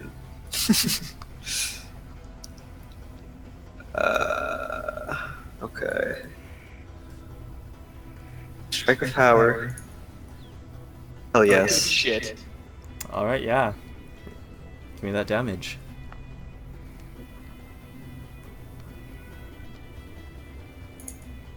Yeah, I'll take it. I'll take it. 14. Okay. Wow, so we're on the virtual and dice now the roll or totems. ones? Yeah, the virtual dice roll showed me the ones as well. Yeah, the virtual dice are just garbage. I don't like them now. Oh, and okay, it's actually 15. It's actually 15. Sorry. Okay, 15. And then roll for your totem. Oh, Raylith rolls for that, I think, or should be rolling for that. Okay, Oh, Raylith, yeah, I can do that. Raylith, you take care of those rolls. Because I don't know what the BAB. Her BAB is 3 and her charisma, so they're gonna be +7. Yep. Okay, well, Raylith can. So it's her spirit that's attacking her. Oh, that's not. That's supposed to be a +7, so it would be Yeah. 9. Not quite. 9. Alright, so Voltir, you take some mighty blows at it. You're like, Hell yes. and you hack off like the Wait. little pyramid Wait, at the hold top, a much larger piece than so far has been hacked off, and like Was- the spirit is following your sword, just like. Before we move too far past this, he rolled a 1d4 for the attack roll, not a 1d20. Didn't matter. Alright, I tried. Sorry, yeah, I hit the wrong button. So yeah, so that happened, and then Raylith. Nah, I'm just Walton gonna says, keep hitting "That it, I was guess. a good hit, Voltir. Good hit." Hell yeah. You know what it is? That is not a hit, is it? No, not quite. Are you And including your rage in that? oh, I am not. And also Argus's +1. Oh, I've been forgetting to do Argus's plus What one. is what is this plus one? Oh right, To the attack and damage rolls. Alright, that makes it what, a plus? +2, right? Or what does your rage give you? Should be a plus one. Right now, I think it's +2 strength, so it should be +1, then another +1. So it's 16. I am still in the way, so that's still giving it a -2. whatever. So it's back to 14 then. Guys. Okay. Okay, That doesn't so, hit. yeah, so not quite. And my own the spirit totem things coming off of me would not hit because of how far away I am, right? It says they're around They would the hit- weapon. They would hit an Right. adjacent enemy, Mm-hmm. and it's not adjacent to you. Yeah. So I don't think it works on me. I think it just works on them. All right. Argus. I am not giving up on. Attaboy. You show flailing that this shape thing what's to to his death. boss. All right. Shape. What are these rolls? Does a 15 do it? Not quite. So you are hitting it with the same alacrity as before, but it doesn't seem that this rock is giving in. So 5, 2, 7, 2, and 8 have been like 5 of my last 6 attack rolls. All right, roll for the spirit, Michelle. Mm-hmm. Mm-hmm. Nope. Oh my goodness. These are not very active spirits, Michelle. Apparently. +7's a nice bonus, Yeah, but it's like but with a low roll. I like how these have higher bows than I do. Okay, and Argus, it lifts up slightly and then slams towards you.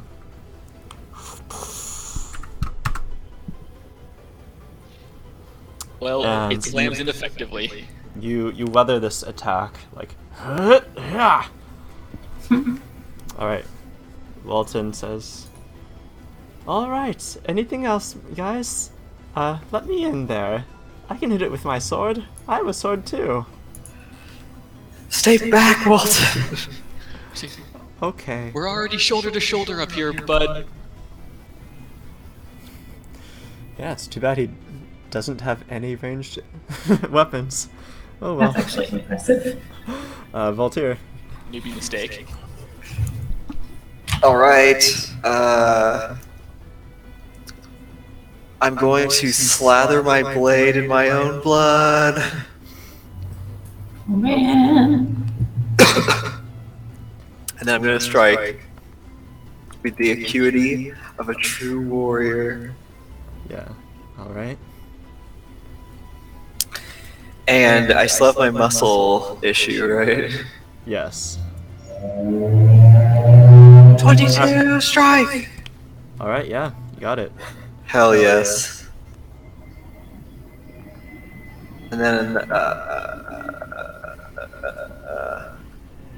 as well as an extra 1d6 maximum damage. Oh, and a +1, so that's altogether is a 19 damage. Nice. Strike!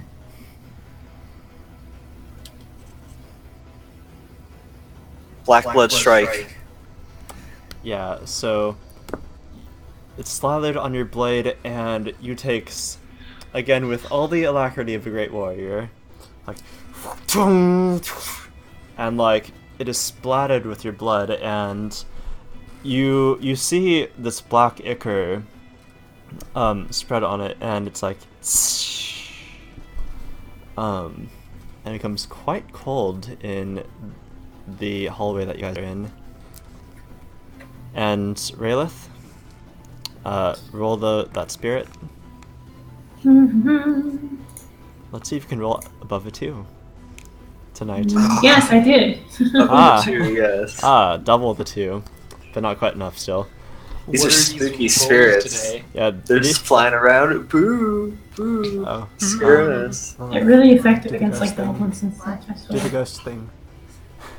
So the spirits hovering around your weapons, they say, I knew it. Nice. yeah, so Rayla's turn. Thank you, Lilith. Hmm.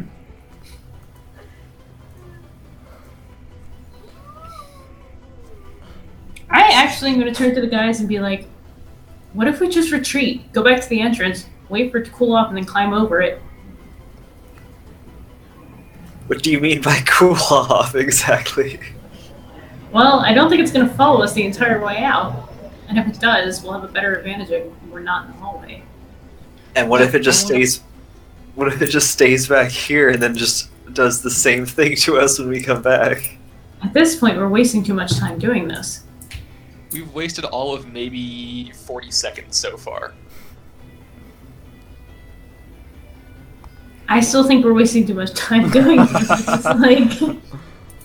Okay, and in real time, this is not substantial compared to, like, the days that you spent traveling.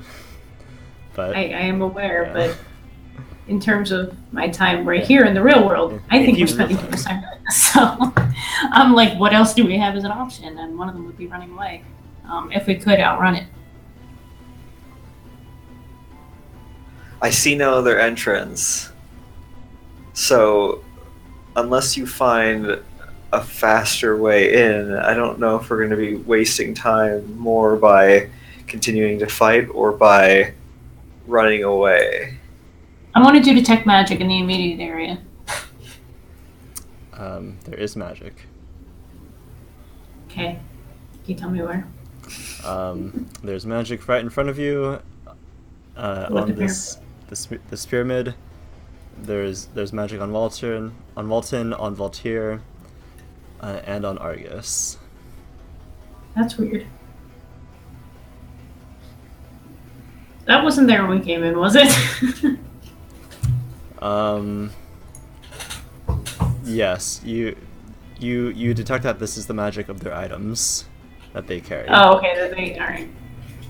So, yeah, in that and case, like your spooky, scary ghosts, just sort of going woo all around and so not we're really seeing attacking. anything else. No convenient escape route. Meh, I'll just hit it again, because that's what the guys are doing. Why not? Yeah, so join in on your yelling friends beating a rock with their weapons. I have my yelling friends do this so that I don't have to, like, spirit totems. This is the correct modifier, because it basically cancels out. Okay. Remember your own raging song plus my +1. And then I'm behind cover. Yeah. Right. Yeah, so. Okay. You hit it with the bardiche. Ting. Some pebbles fall away. And then it's Argus's turn. I am going to roll a good. There we go. Let's go again. Yeah, that's a good one. Ooh, That's crit also on a the good shield. one. Oh. Good. I'm going to confirm the crit. Don't confirm the Not crit. confirmed. Then I'm going to roll for the armor spikes attack. All right. Okay. Much better. So let's see. That's normally 4 and then 5. So, okay, so what this is going to be for the flail. Max damage. For Less damage. shield and then armor spikes. Pretty good. And that 27 is also a bull rush attempt against this pyramid. Okay.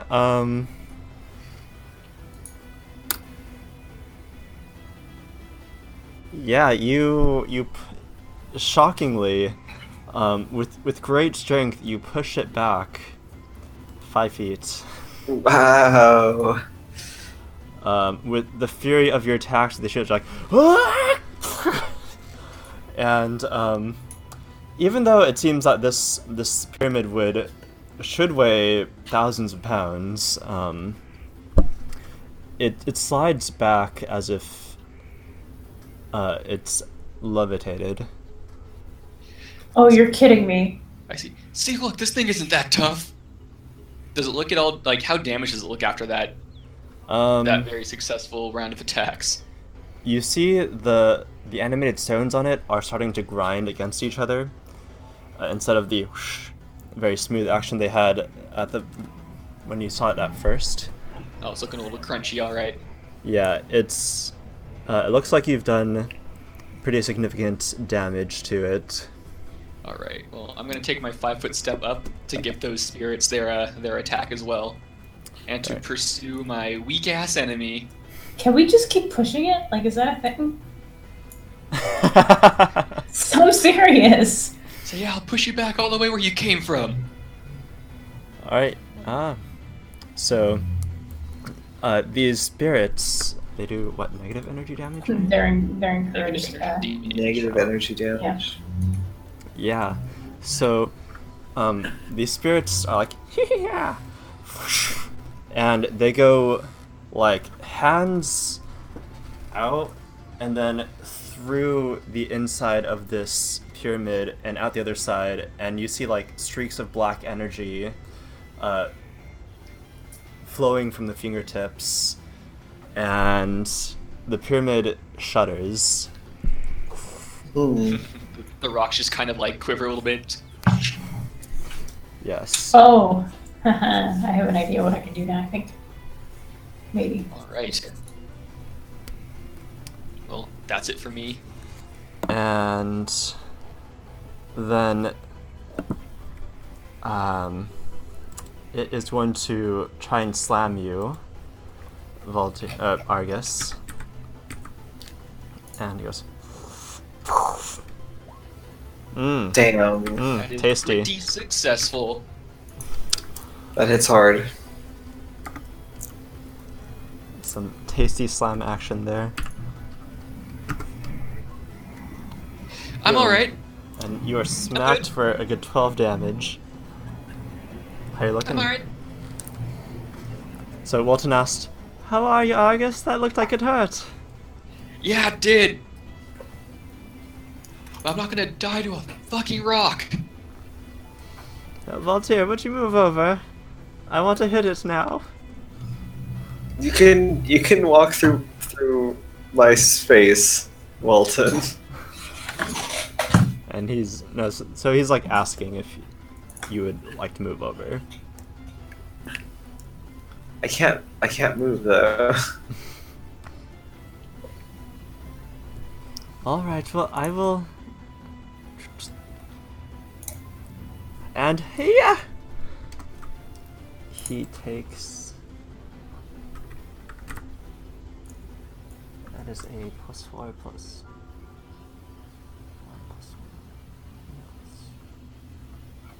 +5. Okay. 4, 5, 6. Should be 7 with the buffs. He's not raging with the song. No, he's not. Yeah. I won't want to get mad. Okay, well, he still has my +1/+1. Yeah. And it's like, yeah, ding.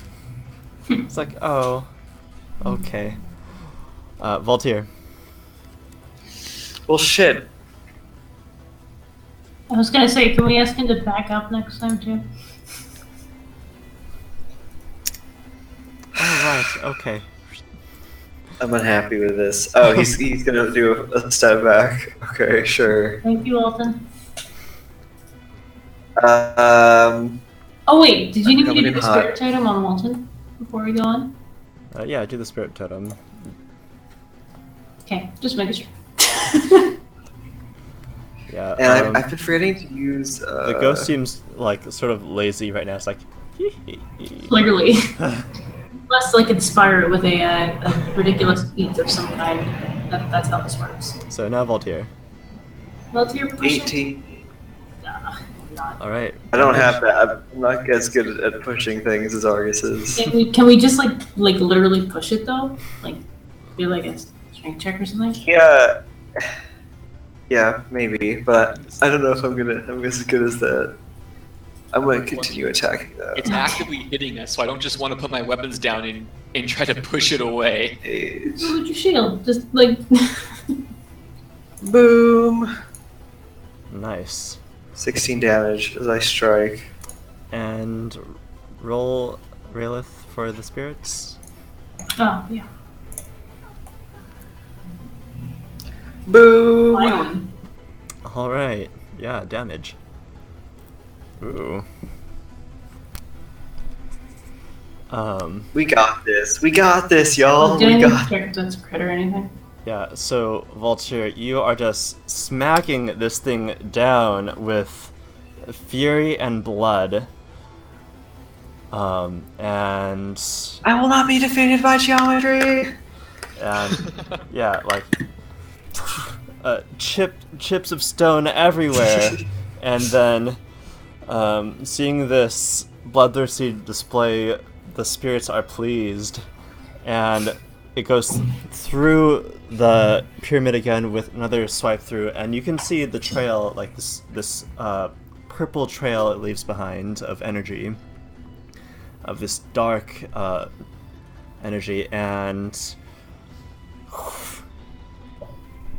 you see the pyramid shudder further, and the stones seem to be grinding much more heavily. You think that this, if you continue this sort of attack, it will not be long before you can break it entirely.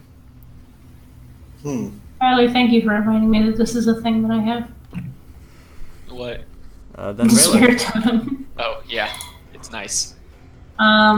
So because of my awkward positioning, I'm actually going to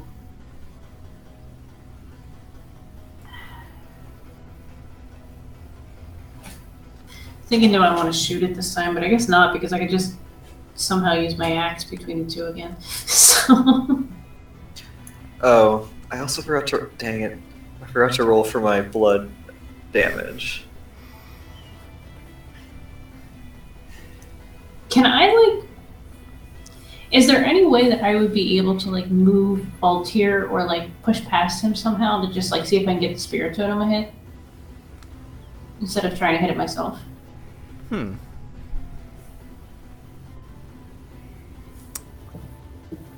Huh.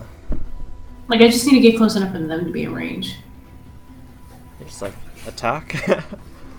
Basically, like, you know, shove my shoulder in there so that they can like take a swipe at it. Dang it! I should have taken a 5-foot step backwards after I attacked.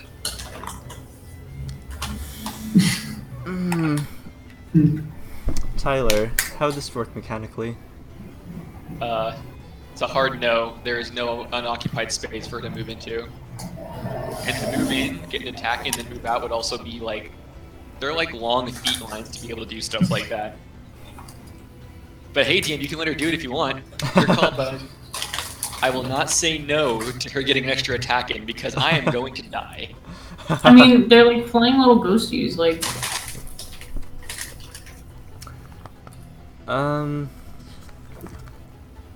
Wait, if you attack with your reach weapon, won't it work or no? Oh yeah, well, I'm much more concerned about having the totems attack because I'm doing physical damage and they're doing negative damage. Right. But doesn't the totem attack every time that you do? No, it It has to attacks. be adjacent.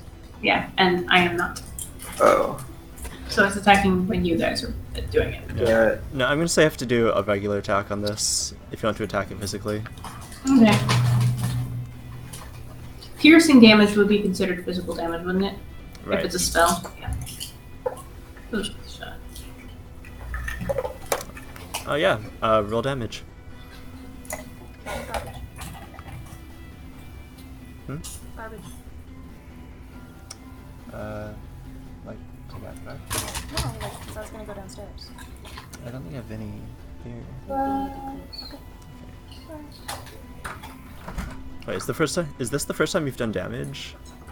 No. No, I've typed it wrong every time I've done this, and then I always like realize afterwards, and I'm like, where did it go again? I keep losing it on my sheet. I think it's a +3 for the modifier. Yeah, it is. Okay. It's pretty good. Alright, yeah, so go. Trung, trung. With your, what's it called? Bardiche? Like, trung. You see like a little crack where you hit in, and it sort of extends down the bottom a little bit. Argus, your move. I am. Okay, one of us is dying here, and it's not gonna be me. Might be me. Let's try the shield attack. That's probably gonna be me. So the Can you move? first one hits. Roll for damage on the first. 1d6 plus 6.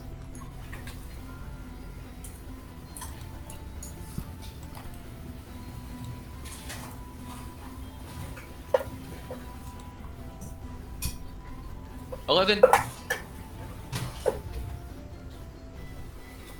All right, yeah. And Michelle. Spirits, do something. Okay, so you Argus. This is with the shield first, right? Yeah. No, the flail. The flail is the 16. I do flail then shield, so it's 16 then 13. Yeah. So you're like, and you hit off a chunk from the top. It's looking.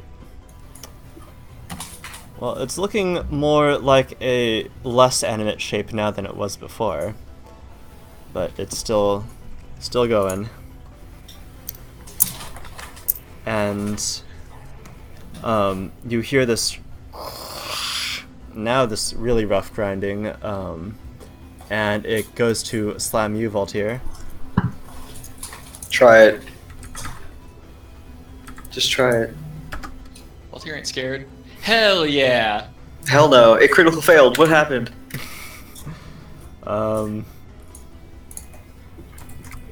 It falls prone now. Completely come flipped on. over inwards. This is the worst situation that could have happened for this thing when it attacked. Right, so, like, the top layers, like, they fly towards you, and they just, like, hit the wall, but they don't seem to come back. Oh, interesting. See, it's breaking itself for us. Walton. So, oh, August, you're not looking too good. Channel energy, Walton. Oh. Oh, yes, I can do that. Okay. Channel some energy. He's like, oh, Mitra, we're getting really fucked up here. Well, he would never say fuck. Oh, we are getting really messed up here. We're getting the biscuits. We're getting turned into biscuits here. That's what he would. Yeah, that's totally what he would say. And you guys heal 6 damage. Take it. We'll definitely take it. Voltaire, you're up. The guardian of this hallway, prepare to meet thine end. At the end of my blade. And I go in for the strike. Fuck! Yeah, you go like, ha, ting. Spirits. It's just like an extra dope attack from spirits all the time. Michelle?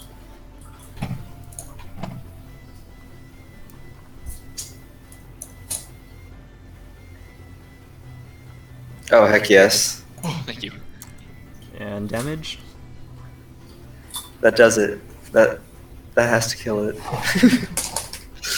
I would take a 5-foot step backwards, but I don't think I can right now. Yeah, so how do you want to do this? Oh wait, Raylis should say. I was gonna say, which one of us are you asking? Yeah, so Raylith, describe what the spirits do, as how they end the shape. They start to swarm, and do kind of what you've described, like just kind of going through, like swirling throughout the pyramid, cutting it all up until the whole thing just like is this corrupted, spreading purple color. Yeah, so like with a devious cackle, you see the spirit going like.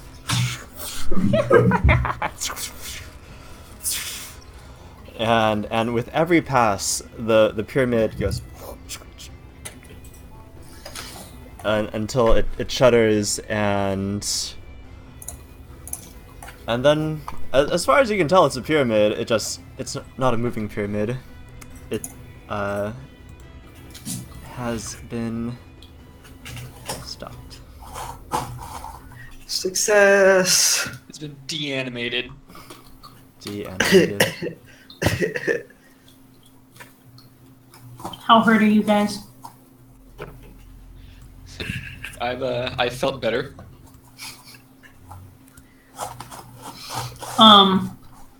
Okay, can I like muscle my way in here or something and see if I can take a look at this thing? See if I can figure out what was making it run. Yeah, you take a good look and examine it. As far as you can tell on the outside, it's just a stack of rocks. Put one on top of each other very carefully. Can I unstack them? Yeah, so Like, can I pull out some of the rocks? yeah, you pull out some rocks. And on each successive layer, you can tell that these flat limestones were carefully cut, each one.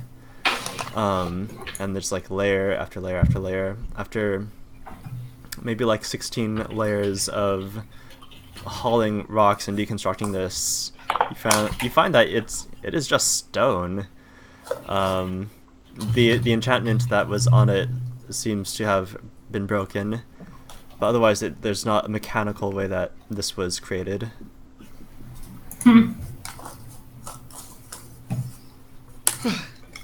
Okay. I'm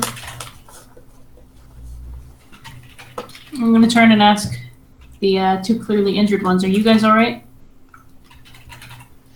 Fine for now. Sorta. Walter, can you do anything about the sorta?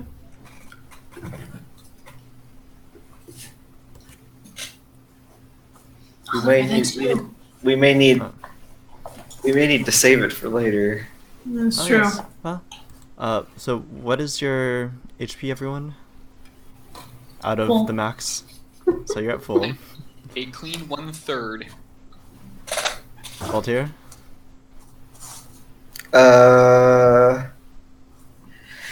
Let's see.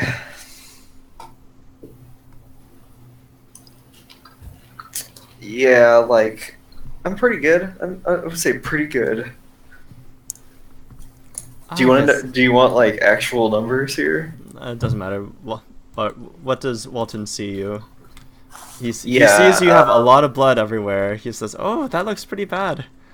Definitely bloodied, but I take a free action to stop blood raging, and I immediately get a hangover and get hit with like, I think 8 rounds of fatigue.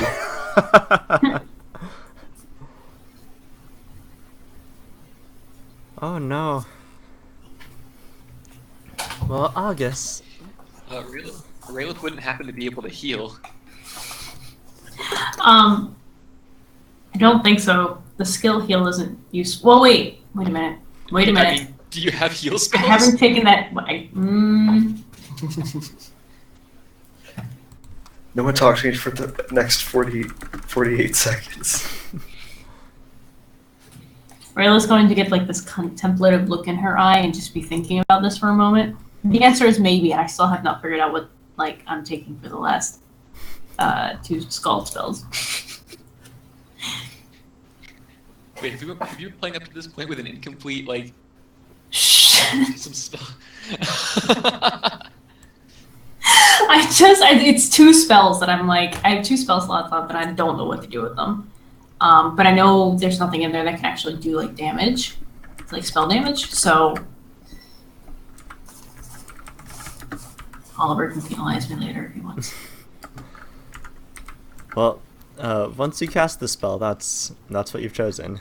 Yeah, I know. I basically put all the ones that I casted in all previous things in here already, which is why I have the empty slots, because I just don't use my spells. So. Right. Well, here, August, let me help you there. And he casts Cure Moderate Wounds on you, Argus. Alright, yeah, now I'm feeling good. Thank you, Wally. And I muss up his hair a little bit. Oh no, my hair! It's not gonna stay nice down here for long. And he reaches out to mess up your hair, but then he's like, oh. Oh. Alright, what do you guys Shall we do? keep going? Okay, Yeah, Can we I'm not climb gonna over wait this for thing? I'm not gonna wait for an answer for that one, and I walk ahead. Yeah, so you guys walk 10 feet, 20 feet, 50 feet, another, what was it? Yeah, 300 feet more on this long corridor, and you reach a I black in. I black in at this moment. Oh, what's going on? So you reach a pair of heavy stone doors carved with images of rampant sphinxes standing at the terminus of this long hallway. So that's where you are, Rayla. All over this. Yeah. I am cast freaking knowledge everything and like do detect magic on this, and then if there is magic, trying to read magic and yeah. All right. So your secret store. So you see that this door, you don't detect any magic on this door. This looks pretty heavy. It looks like you could possibly open it with brute force, or perhaps strike it down. But as far as the, so what check is this for? The 20? Arcana, I think, or well, I could do like an Arcana and an Engineering and what do you want? I guess I can do all of the above. Yeah. So do. Or history. Yeah, let's do a history check here. Let's not go wild. Okay. Is that what you want to make that 20 for then? Or do you want me to roll again? Roll again.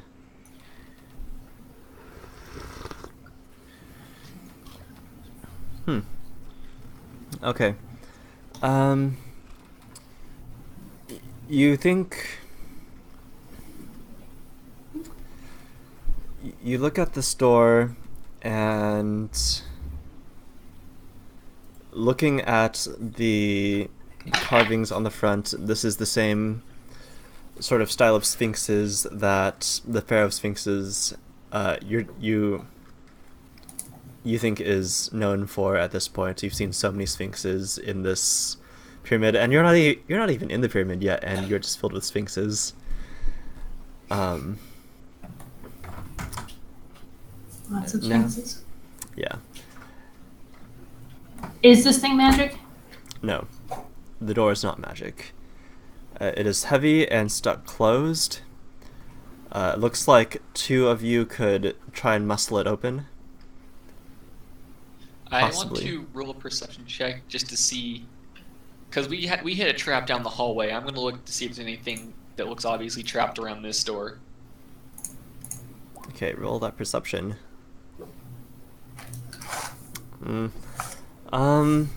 You don't see anything suspicious around the door, no. Phil is also looking. Oh, I'm looking for general details. Okay. All right. On around the walls, like there is like fine piles of sand where the sun is shining down through these slots in the ceiling, and you guys are definitely the first ones to come here, probably ever. Ever. Well, after it was constructed. Right. I figured. That's weird. It looks like you look all around. You can't really see any floor beneath the sand. It's just all sand underneath your feet. But the door looks like you could, maybe with a running start, knock it down. It looks like you could either push these doors open, assuming it's not blocked on the other side, or break it down with concussive maintenance. I'm going to kick it. Because that makes sense. Roll a strength check.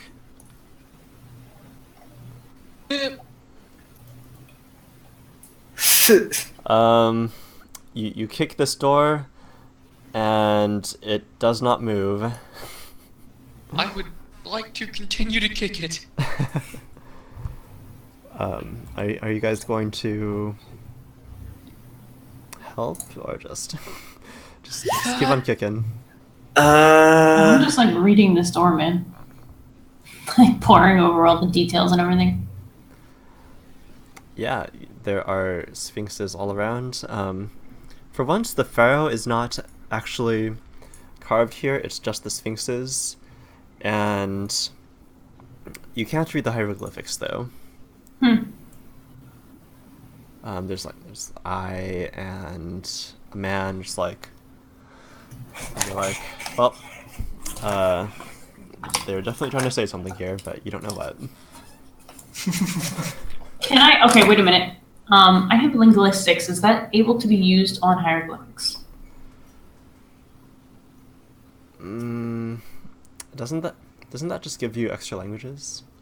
You No. use it to decipher unfamiliar text. Yeah, you can do that. Yeah, okay, do a linguistics check. I did my skills so well this time.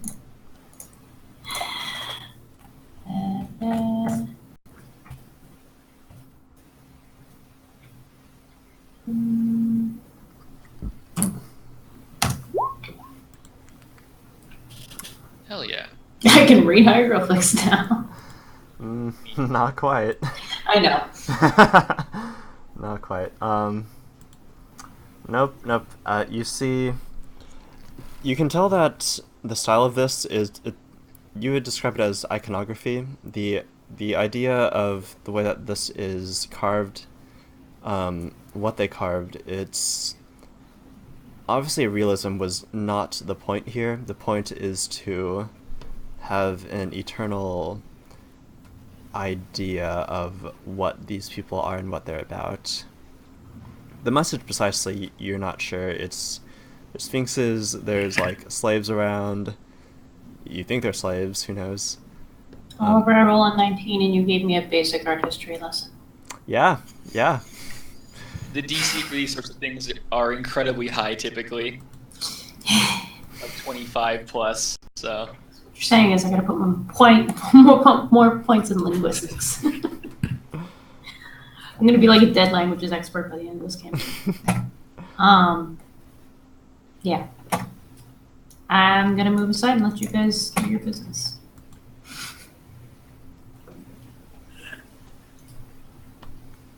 Rayla's just fully expecting Voltaire to just like run at this door, by the way, at this point.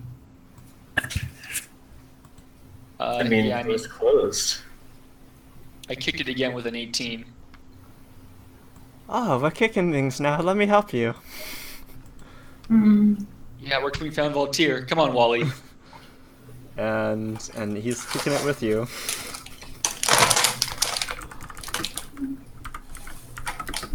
Do you guys just want to maybe push it? Everyone knows you have to kick in doors, Phil.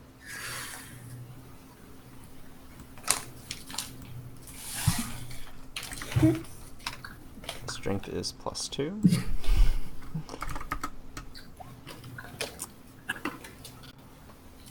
Alright, and you guys kick it together, it's like... And on these hinges you see the door has opened slightly.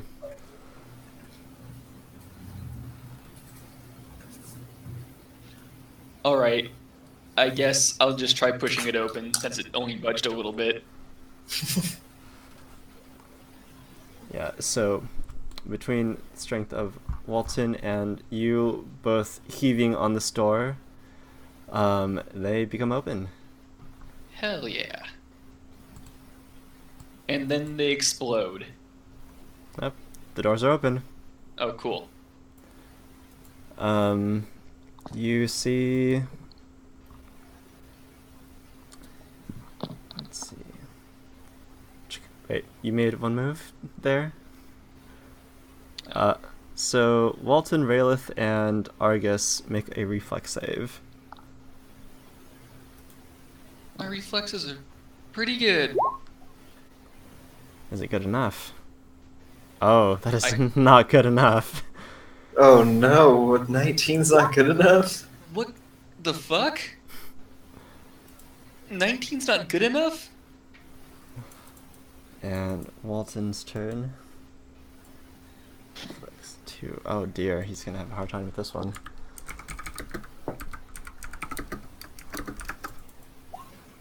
Oh no, so... Let me draw this out.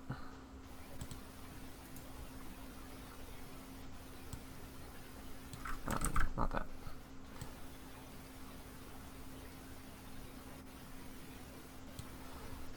So, as you take one step forward, Argus, the floors beneath you go, and you guys drop 30 feet down. What? Into this pit. And Oh no. you take oh no. 3d6 falling damage. Roll acrobatics. Try to reduce that falling damage. I'm not good at it, but I'm going to try anyway. No. Oh, wait. I forgot to add my... That's an 11. I forgot to add my dex to that. Still not quite. This is a 30-foot fall, and Wally, he's gonna try an acrobatics. Sure. +1. Oh, that he falls very ungraciously.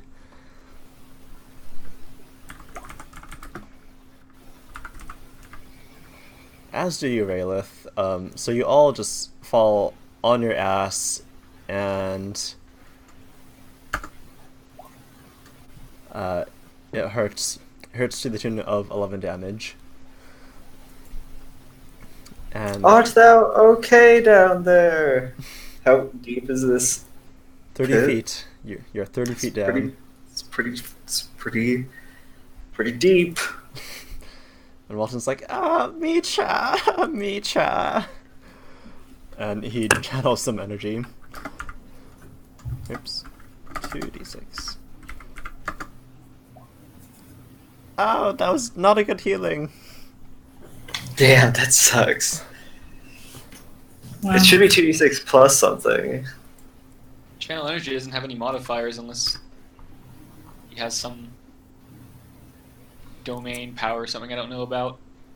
Maybe, yeah, maybe not. Yeah, it doesn't... Hey, it heals fatigue. Yep, you're not fatigued. I've not been fatigued. All right. Let me try one more time. It's a little bit better. And I'm almost back up to full because I don't have that much health to be honest. Am I getting hit with these? I don't think so. No, you're 30. He is like 35 feet away from you at this point. No, Walton. I want the healing too. Oh, okay. He moves a little closer, and you are just at the outer range of healing. I feel it on my fingertips as I reach down. Yeah. In the sphere of healing blast that he gives off, you're like, I got it. Just touch my finger. So you guys are in a pit. What do you do? Do you have a rope? Throw me Volunteer? your rope. I get out my rope and I throw my rope. I do have a 50-foot rope as well. Okay, but shouldn't I be on the other side? You Can just I- need to get out at this point. Right, but if I can get to the other side, then. Oh my like, god, you're gonna jump in the pit and fall in the pit with us. I bet you money. But that's what It's a Voltaire would 20 do, so. It's a 20-foot jump, huh? Oh god.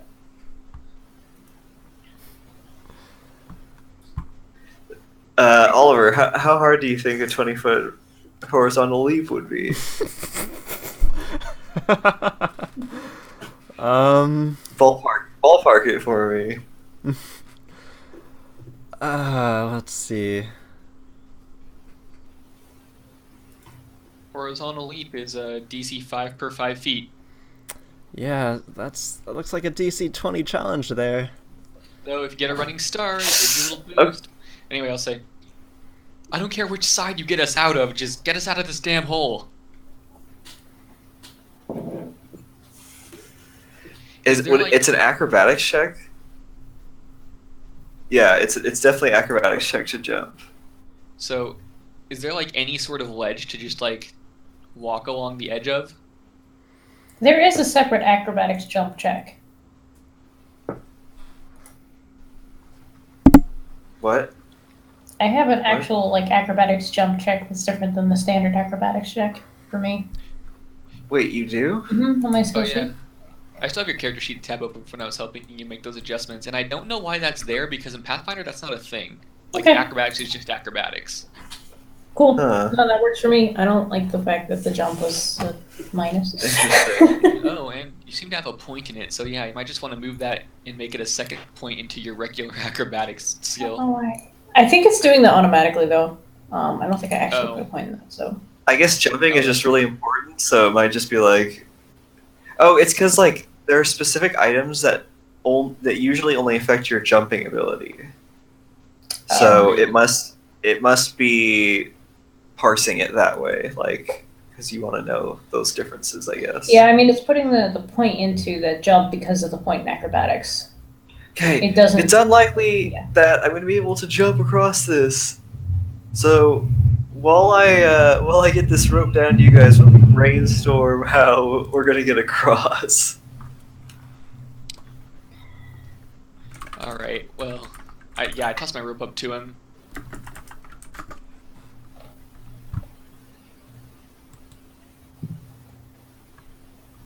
Can we roll like a survival check or anything to see if we can get out of here somehow? I'm just gonna try to climb up. There's nothing around here to tie this onto, is there? Or can I tie it onto the pyramid? Does that seem like a viable thing to do? The pyramid is actually like 400 feet back, but you think you can like walk over there, carry a bunch of stones back to where you are, and then anchor yourself maybe. Why would you not just use yourself as the weight, like lay down? Lay You know what I'm down? talking about? Yeah. You could. I mean, is there anything to Like- brace yourself against? Are there any like loose, like upturned stone tiles, or is everything like smooth around us? The walls are pretty smooth. It's all painted, in these repeating designs of like slaves and sphinxes. Actually, you know what I say? You know what? I have an idea. So we send the lightest one up first, and then they help lift up the heavier ones. Oh, like hold the rope. Yeah. Yeah. Okay. That solves the issue. Who would be lighter, me or Wally? Probably you. I'm I the don't know about shortest, that. so isn't Wally like 5, almost 6 foot or something? What's your strength though? I think he's also carrying more gear. Is the thing? Oh. Like he has heavier armor. He has. Well, Yeah. I don't know because you have a gun and an axe. How do we even calculate that? Just like however much you weigh plus the weight of your gear. Uh, I know I am definitely going to be the heaviest by like a Yeah. lot. Like a whole lot.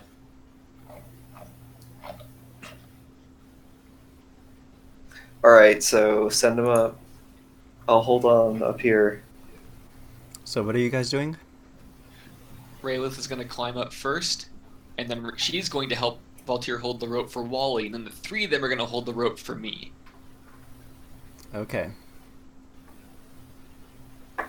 so what do you need me to do here? Be a climb check.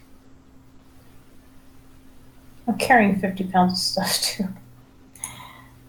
Wait, oh god, I'm doing a climb check. Climbing up like a rope is a pretty easy one. And you know, I'm going to. I put my weapons down, and I'm like at the other end of the rope, like ready to catch anyone that might slip, or so don't just fall another 20 feet onto this hard stone floor. So the DC for climbing a rope with a wall to brace against is 5. That's pretty low. Question. So Raylith, are you just gonna try and That was my plan. climb this rope? Yeah, Okay, roll your climb check. I already did. And that's 17. Alright, yeah. So you, with the rope that Voltaire is holding out, you climb up along the wall and make it to the top. Okay, and then I'm gonna grab the end of the rope and help pull anchor for the next person. All right, Wally, you're up. All Climb right, check. I will try this.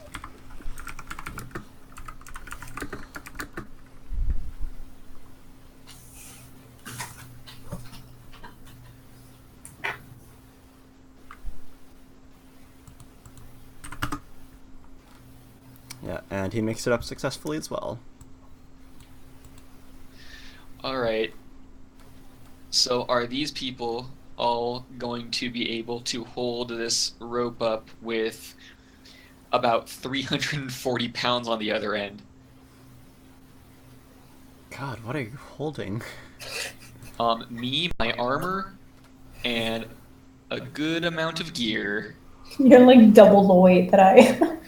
Yeah, all 3 people bracing against this, I think so. Yeah, like I think my armor and weapons combined are like 70 pounds or something. So really, the answer is you were just fat because you know. Alright, so I'm climbing. climb. You did it. Alright, yeah, you made it up. Clang, clang, clang, clang. Of all your stuff, and it's quite the bicep workout, you find. All right. So now that we're all up here, I think I have an idea. I'd love to hear I'm it. sure that there is a lot of bullshit between us and whatever Raylith and Moriarty are looking for in there. We also know that there are plenty of people that also want to get their hands on it. I say we go back outside, hide out and wait for some other stupid suckers to walk in here first and just follow them and let them set all these stupid traps off. We could be waiting for days. Weeks. Didn't we see people like in the far distance following us, Oliver? I could have swore that was something that you said we saw. He said it was either people or a mirage, or you don't know. Or the DM's way of not having a. Maybe, What if but maybe maybe going and along see with us, maybe Galahad? going and see Galahad is a good idea, probably. We might need to make camp outside and rethink our strategy because this isn't working. All right, fair enough. Let's back it up then. Lilith right. is going to turn a very sorrowful look at the hallway. My mysteries. Don't worry, they're not going anywhere. How They do haven't you gone know? anywhere for however long this place has been around. Yeah, but we just were attacked by a moving pyramid. Yeah, that was A bullshit. true warrior cannot be stopped by a moving period, a moving pyramid, but can be stopped by a large pit. All right, so are we just free to move back the way we came? Yeah? All right. Yeah, Valtier makes his way with the rest of the group to the entrance of the hallway. Alright, yeah, and you guys actually not all the way at the front. About halfway through you guys meet Galahad. All right, Who where he wants has to be, been- like here maybe? Yeah. And he sees you first, Argus. Ah, turning back already. Yeah, it seems that whoever made this place wasn't planning on having many visitors. I rather think that's the point. Well, we may need to rest an extra night out there and come up with a better plan because we didn't get too far before these traps kicked our ass. Let me see.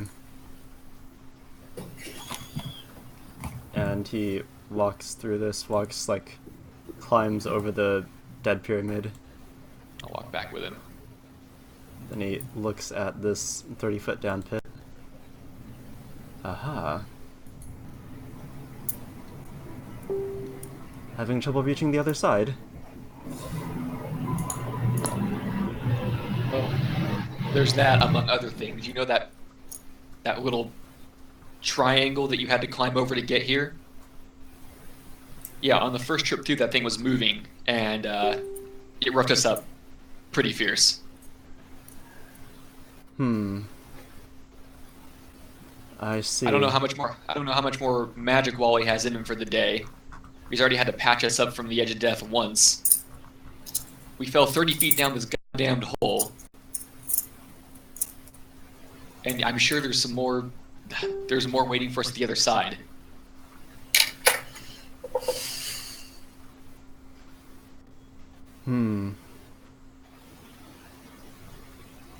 So you wish to rest before traversing further in. Well, it seems that what I saw outside was an illusion. But, so it looks like we have some time at least, if you need to rest tonight. I can watch over you. That'll Creepy. probably be the It's a creepy thing to say. that'll probably be the best course of action.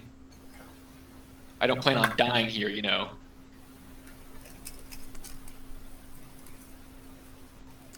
Yes, let's not do that. Best not to die here.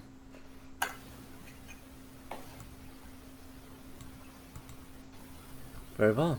Where do you wish to sleep?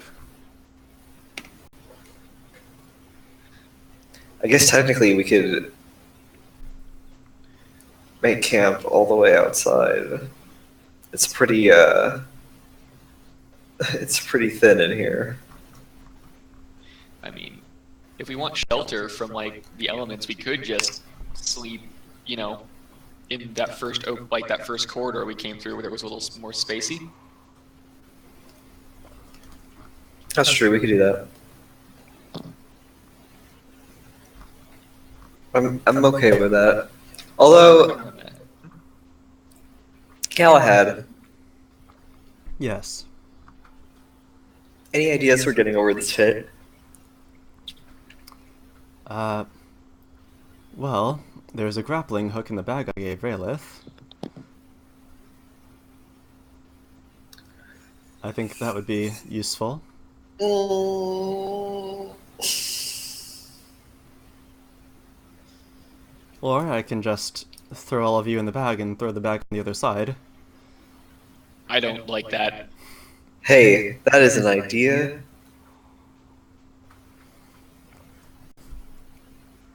That's an idea. I don't like that. Why not? Well, there are dangers in jumping into extra-dimensional bags. Such as? Well, from what I've heard, there's a limited amount of oxygen in there, and the oxygen does not flow.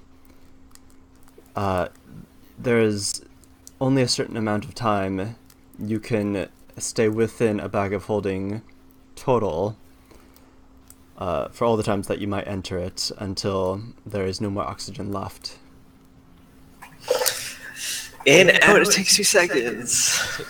He said there's a perfectly good grappling hook in our supplies. Y'all should have used it when you were down there. I didn't know that Raelith had one.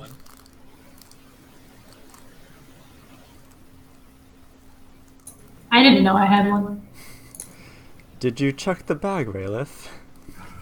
No, these guys ran on ahead and set up a bunch of traps.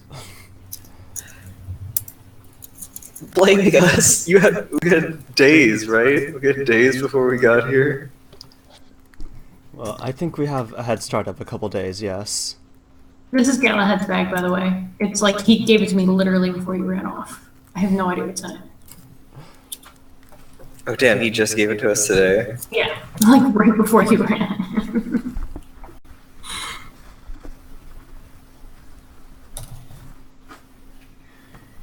Galahad, what else is in this bag? We'll take a look.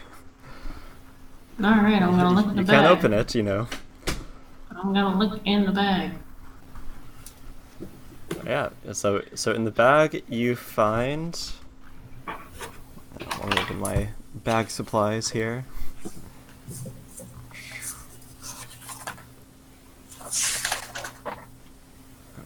Item list.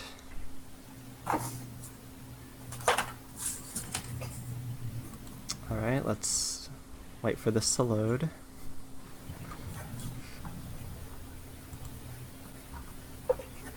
Eventually.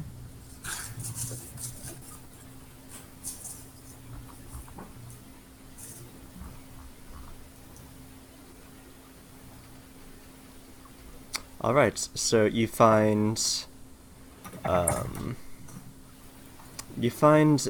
spare adventuring kit with a lot of knickknacks in there, like a net, candle, chalk, charcoal, earplugs, fishhook, ink, journal, mirrors, rice paper, sewing needles, signal whistle, soap. You find the 10-foot long spear that he put in at the very beginning of the journey. You find 100 feet of rope with a grappling hook as well. There are a couple of scrolls in here. Rations. What scrolls? You'll have to read them or ask him. Okay. Do you have any of this typed out, by the way, that you'd be able to like paste it in the chat somewhere?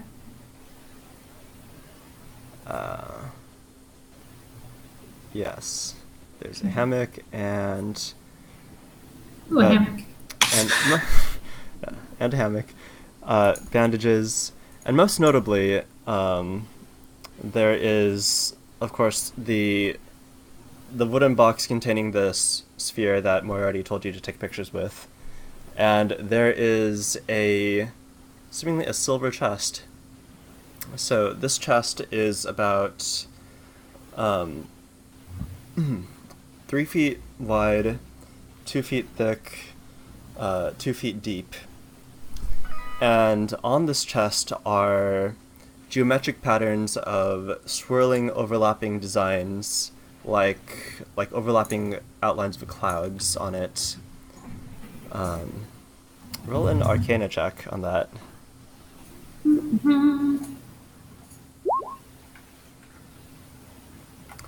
Okay, you've seen this before. So this is a curse box or a curse chest. And you put things in it that you think are cursed or are otherwise dangerous, and it will contain it until you can take it elsewhere. I'm gonna shoot Galahad a very quizzical look, and say, "What's in the box?" At this point, literally nothing.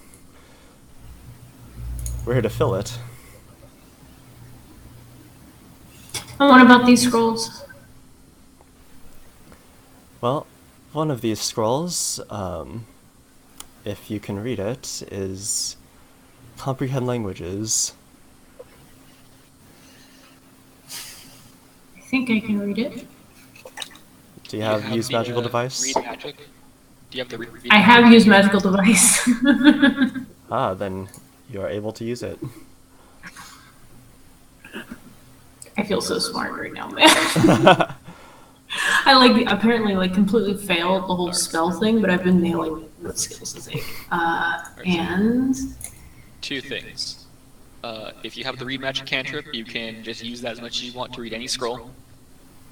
okay. Also, since comprehend languages is a spell that you are able to cast as a skald, you don't need to make a check to use that scroll. You can just do it. Okay. So is this a scroll? Is this one-time use sort of thing, or Yeah, scrolls are one-time use, and there are 2 of them.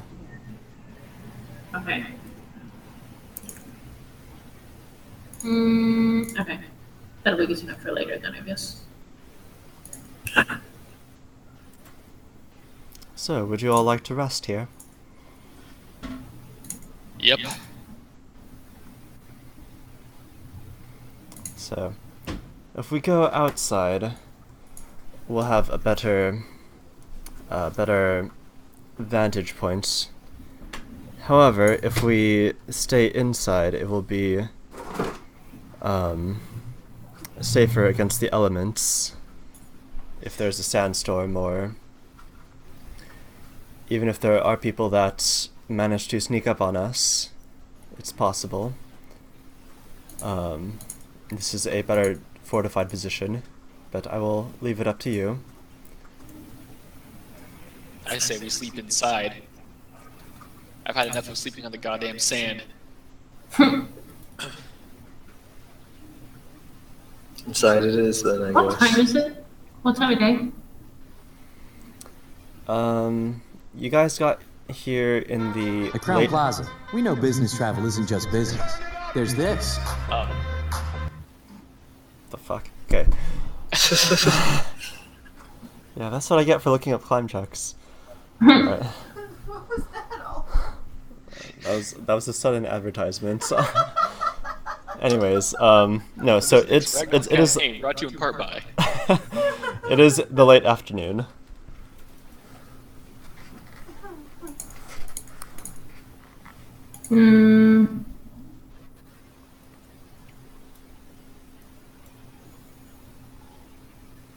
Is there? Raylis would not be inclined to sleeping right now at all. There are things you can do to kill the time. There are things you can do to kill time. Yeah, that's what I'm trying to figure out. What? Like, you have... Here's a suggestion. You have the scribe scroll feat for being a skald. You can make a magic scroll before bedtime. What would I even do with it? Like, just copy the scrolls that Galahad has or something, or what? You can take any spell you know, and as long as you have, like, quill and parchment, you can, It costs gold to scribe a scroll. But yeah, you can just like make a copy of any spell that you have on your spell list, so then later on, like the next day, it's like an extra spell. You don't have to use up the spell slot. You have your scroll that you prepared ahead of time. That's weird.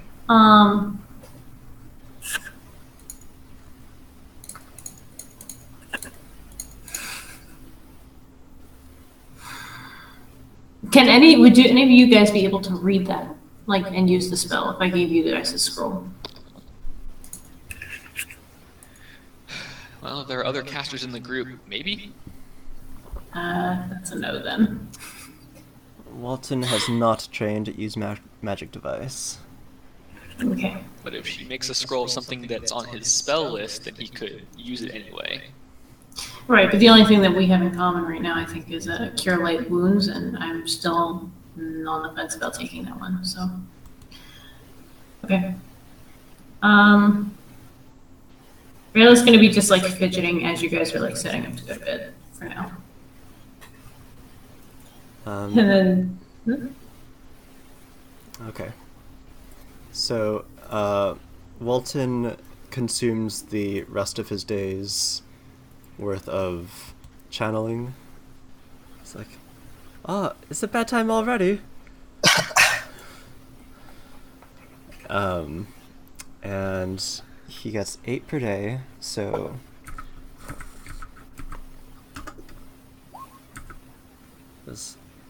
alright, Mitra, just lay it out on me, all of it. But why? We're going to sleep. So that we can start the next day nice and full HP. Alright, you guys. So many. So from these repeated bursts of healing magic, I imagine you're at full HP again. I am for sure, yeah. Oh yeah, I already was. Okay, go back to the front and lay out your sleeping positions. I'll sleep closer to the door. Oh, this has like this little chamber, like the door closes, right? We can close the door. The chamber you're in right now, it's not closed exactly. Okay. So like the side that faces bottom, let me. So like that way, so like this whole wall over here, it's not a wall. So like here is just open, and then over here is where you see the wall of like eroded carvings. Here, is a portcullis that could possibly be activated. Maybe we should sleep on the other side of the portcullis, just in case anything comes in from the front. We can activate it and lock them out. All right, good call. Good call. Yeah, and with great difficulty, as he always has, Galahad herds the camels in to the inside here. Oh, interesting. Okay. They're like, Maybe we should just activate the portcullis anyway. if we're all going to be on this side as it is. Yeah, so Tong. Yeah. That sounds like a decent idea. Unless something starts attacking us from the inside of the pyramid, and then we're trying to escape. Well, if something comes at us, they'll have to make it over a 30-foot pit, now won't it? I guess that's true. All right, so are we just sleeping? We're gonna call it here. Well, not call the session, but call the day. I could call the day or the session, either one. Okay, you guys have a nice little nap there. A nice little nap that lasts all night. And you guys went to sleep really, really early, and you get up really, really early. Okay. Is Voltaire not sleeping again? In this group, it's presumptuous to say we all sleep because someone has to be a goddamn babby about it. I roll fortune save. 14. That's still really high. You're feeling okay. Yeah, so you take the entire night of rest, and during these many hours of free time as you had the day before, like, Galahad has surveyed down and back through the hallways and looked outside a bit. Can I say, like, I went with him for part of that time or something? Yeah. Until I was actually, like, asleep enough to go to sleep. Yeah, so in the hours of downtime, you guys decided before the pit. So Galahad and you have walked and examined these walls down and back. He's gone outside and like walked along the pyramid exterior. Trying to find entrances, and now you're almost certain that like there are no exits or entrances on the pyramid itself. That's disappointing.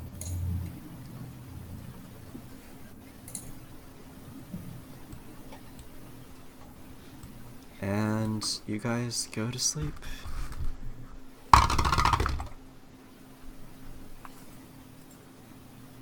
And you have a during the evening you hear the wind outside very loud. It is super cold, as desert nights get. But otherwise, you guys, as you sleep, it is very still here in this portcullis place.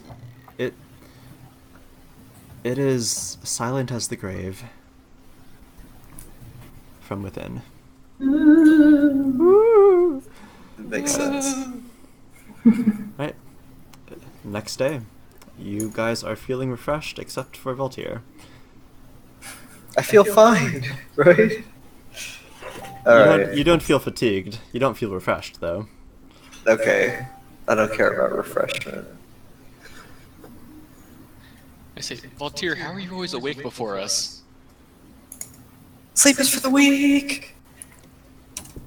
What do you mean sleep is for the weak? I slept for way too long. All right then. I slept for decades and decades and decades and decades and decades. I am trying to balance it out a little bit by not sleeping for a while. That's kind of understandable. I guess that's that makes sense. All right, well, let's not waste any time. Should we keep going? I think so. Do we want to go back down this though, or do we want to go check out the pyramid? No, let's keep going. I'm already bringing my mini up to Wally. I am going to defeat this pit with our new technology. Let's see what's on the other side of this pit. I'm pretty curious about it as well. Can I do any sort of like knowledge history or something to tell what this building might have been, or knowledge and anything? The one that you're currently in? Yeah. No knowledge check. You just know that this is the antechamber of getting into the pyramid. The architects of this intended for there to be exactly one way in and out, and this, as best as you know, is the way. Okay, so we are heading into the pyramid by going down here. Yes. Okay, I was thinking there was a separate entrance for some reason. Never mind, that makes me feel better. Onward!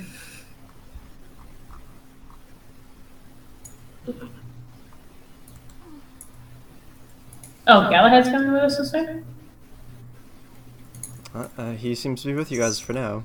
This is like a I'm gonna, as we're walking, turn to him and be like, so was it a mirage or was it a real person? Hard to say. Thing about with the mirage, the farther you can chase it forever, and it will always be that far away. With certain illusions, that is also the case. But from when I rode out there, either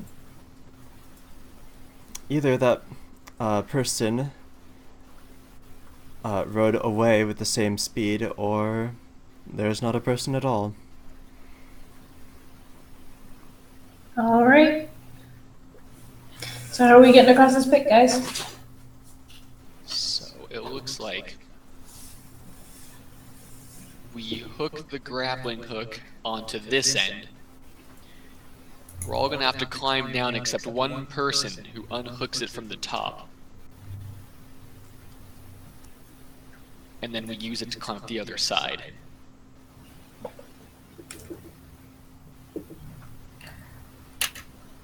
oh. Galahad, if you're staying here anyway, you might as well give us a hand, right? Anything you need. Alright, so I'm gonna Let's go use then, let's do the it. grappling hook. Are you staying, Galahad? I will be here if you need healing.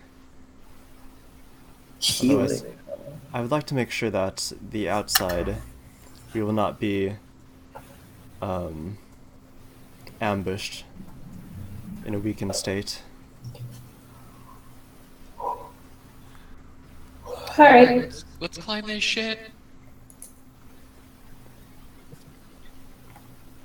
So is it a climb check to climb down the rope, or can we just kind of safely? You make it down, no problem. Yeah. Okay. I'm taking it. We all get down. Okay. We all down here. Yeah, sure. So this is what it looks like from down here. Yeah. Nothing special. Wally's with us. I'm just gonna assume Wally's with us. All right. I am going to try to throw that young grappling hook up.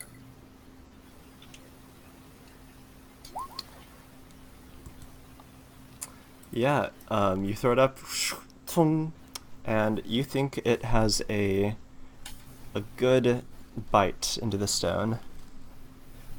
I am going to climb.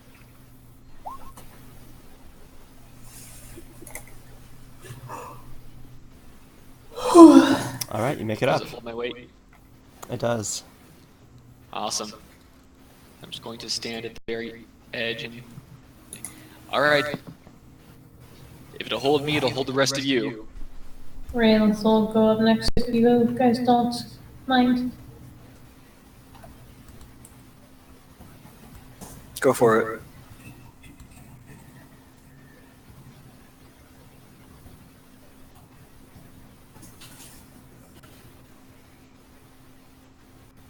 Nice. Did I make it, Oliver? Yes. Okay. And immediately she gets to the top of this, she's going to cast Sift on this area and like in the entrance. Does she see anything? Yeah, so you see tall pink granite columns carved and painted to resemble palm trees stand around the perimeter of this chamber. So there are 1, 2, 3, 4, 5, 10 of them. And then slabs of the same pink granite line the walls, and a stone sarcophagus stands alone on the limestone floor in the center of the room.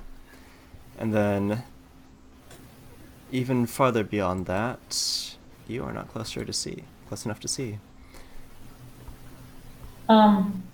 That's a beautiful description, but I was looking for booby traps. Like, in the 10-foot square in front of me. Can I Roll safely that step? perception. Even though I'm using sift, which is examine an Don't area. roll a perception check when you sift. You don't see any. You don't seem to detect any traps in this room. I'm gonna carefully. You can't see up here yet. Or is that your climb check? That's just my climb check. I'm gonna toe my way over here because I know I'm gonna be in the way.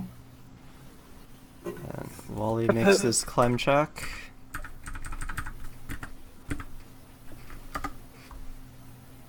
Climb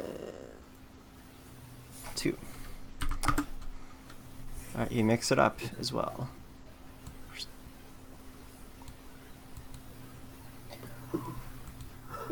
Ooh, interesting. I would like to do sift again in this area, like in front of us here. You want me to do another perception? So in this chamber, it is not. So at this point, you guys,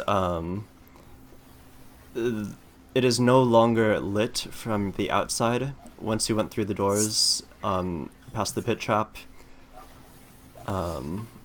It's not lit. It's not lit. It's pretty dark unless you have night vision or a light source. Okay. But examining the floor here, it doesn't look like to you, Raylith, that there's any pressure thing or. Okay. Like- I can see in the dark, so I would I shouldn't be dealing with any of those penalties at this point. Yeah. So you don't see any indication of a trap in the immediate vicinity. Okay. I'm gonna take out my 1 foot long silver tipped tin rod that glows dimly when struck as a standard action. When did you? What? Your What? moon thing, your moon rod. My moon rod, I will Okay. use and a I torch. strike it, and it sheds the dim light in the 30-foot radius. And the light given off the moon rod is particularly easy to perceive for creatures with low light vision, such as myself. All right. Yeah. You. Well, Argus is lit. You're lit. Walton's like, oh, that's very useful. I tell him, just stay close. So, I was placing in the dark. Can I roll a? So there's like a. Wait, is that like a little like sarcophagus in front of us? it Sorry, sure I is. just- Can I roll knowledge engineering to see if Argus is keen to the trope of things popping out of those? Yeah. Yeah, roll that knowledge engineering. I think best knowledge roll I've ever made in the history of this game. And this is to suspect if this is going to pop out at you, or something is going to pop out from within. I want to know if I know meta tropes. From all these things you've seen so far, every step of the way, and the floor has not given out from under you, rocks have not fallen onto you from above. This is the only suspicious thing in the room. That is the only suspicious thing in the room. And Alright. you think it's curious that they would have the sarcophagus so very close to the front of the pyramid. It's a trap. Raylith is It's a going trap. to immediately turn to the guys and be like, do not go near this. I am 90% sure this isn't what we think it is. And I want to cast Sift. Counterpoint. Huh? Aren't you curious what's inside? I'm getting there. Let me do my thing. Sift on this thing, first of all, looking for booby traps or any indication that it is not as it appears. Roll your perception check.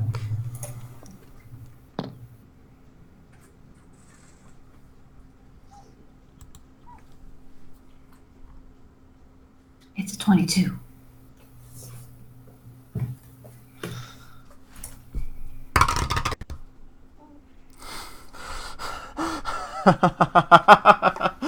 Oh boy. Okay. Uh, So that was a natural one.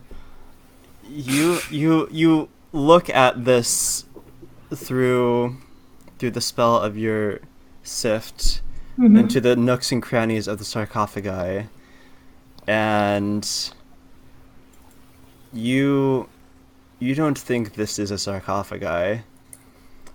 You don't think that there's you wouldn't call this a trap, you would call this a creature. You think this is something masquerading as a sarcophagi. Can I do knowledge engineering to see if I can figure out what the heck type of creature it might be, maybe? Or Sure. knowledge anything? I don't know. Knowledge Arcana. I also can do that.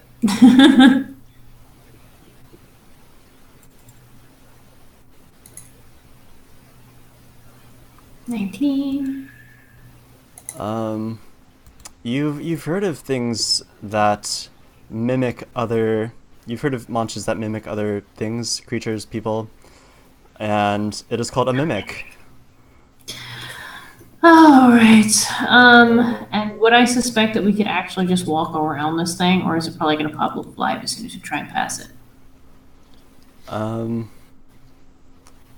You suspect that giving a very wide berth might help. Mimics. The rest of you do knowledge engineering, if you have it.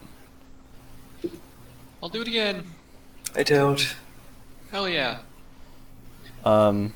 So what you've heard of mimics is that you need to interact with them in some way first, for them to like awaken. All right, so I'm going to turn to the guys and say, I suspect this is a mimic, and as long as we do not interact with it in any way, don't touch it, don't breathe on it, don't talk to it, we can just walk around it and avoid it entirely. Yeah, I've heard of mimics. It shouldn't give us a hard time if we just don't touch it. Voltaire, Let me ask some questions here. then ask your questions now before I move out of your way to let you through. What sort of boons do mimics drop if killed? Would I know this? Yeah, with that 21 check, do I know if there's anything worth taking from a dead mimic?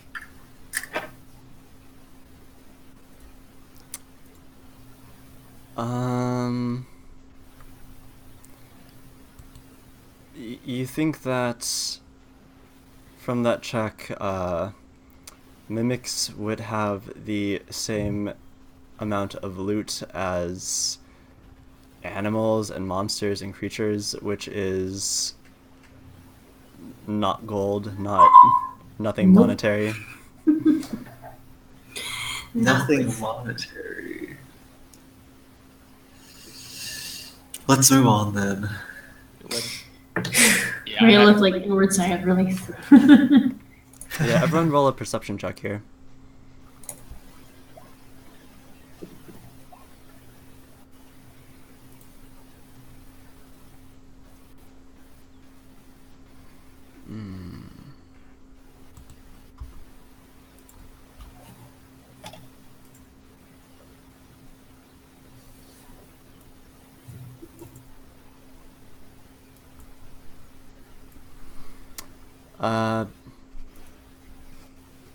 So everyone except Voltaire notices that along the walls, as you're like hugging the walls to get around this mimic, you notice that there seem to be doors, hidden doors, to the north and south.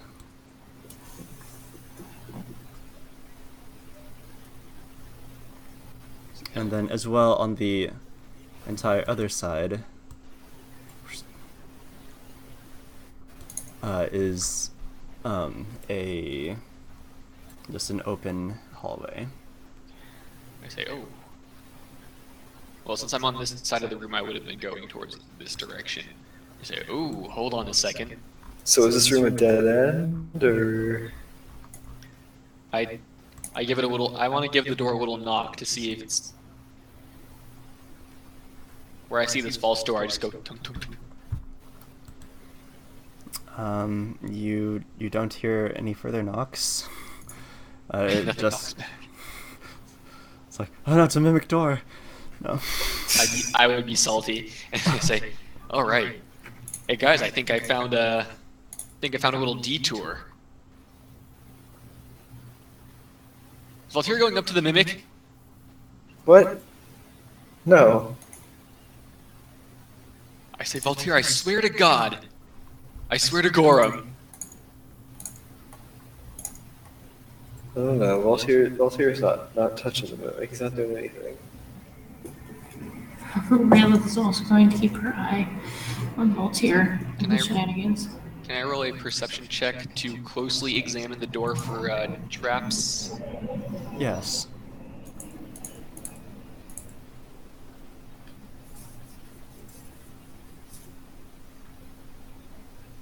It's fair room.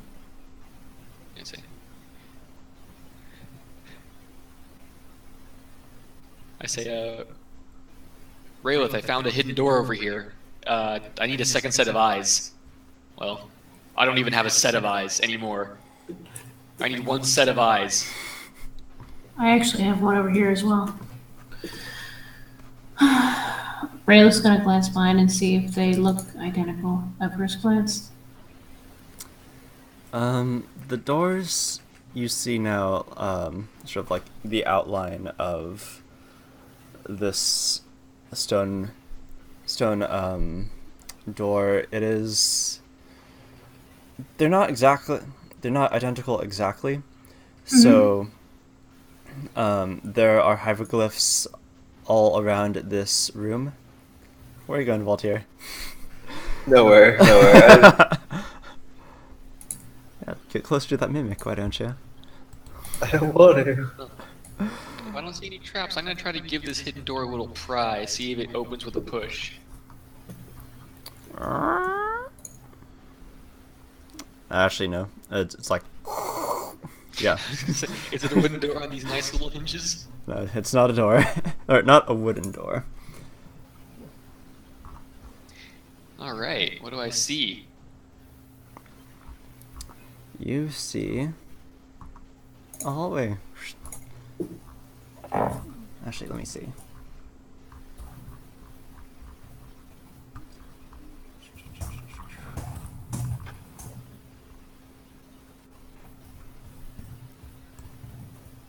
Let me unveil this for you.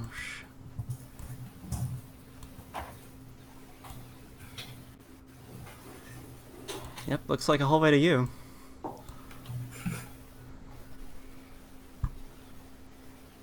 I say,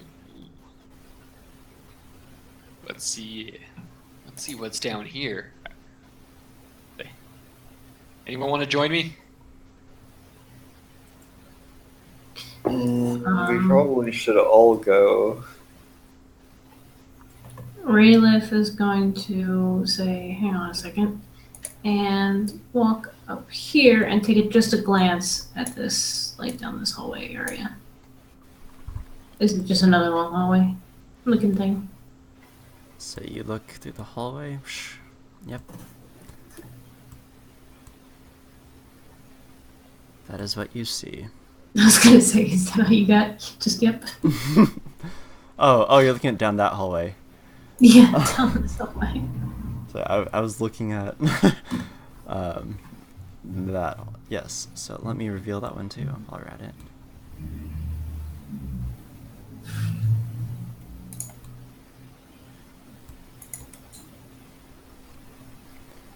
Yeah. So in that room, what you see is you see a black granite statue of a pharaoh stands on this polished alabaster floor. In the center of the chamber, beneath a vaulted limestone ceiling decorated with gilt stars, an engraved panel of granite stands against the western wall, carved to resemble a door. A flat granite slab lies on the floor in front of the false door. And the false door being there. Except you're not close enough to see. Dang. Oh well. There's a false door in there somewhere that you don't know about. Okay, I'll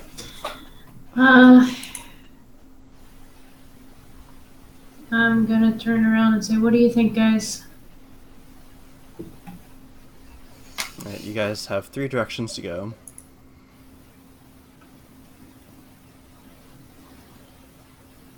We gotta choose one.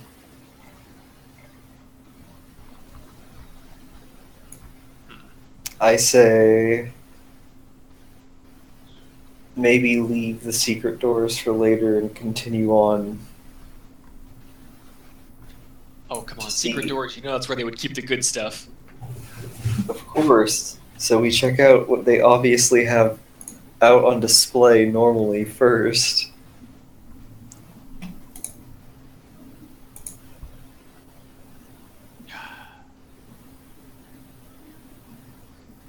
Unless you want to go down the secret, you want to go down the secret path, Argus. We can do it. I want to go down the secret path. All right, fine. We'll go down the secret path.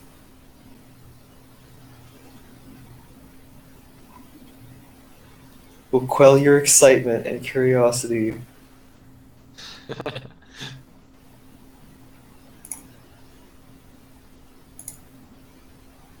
All right, we go down the secret path. On the right, I suppose.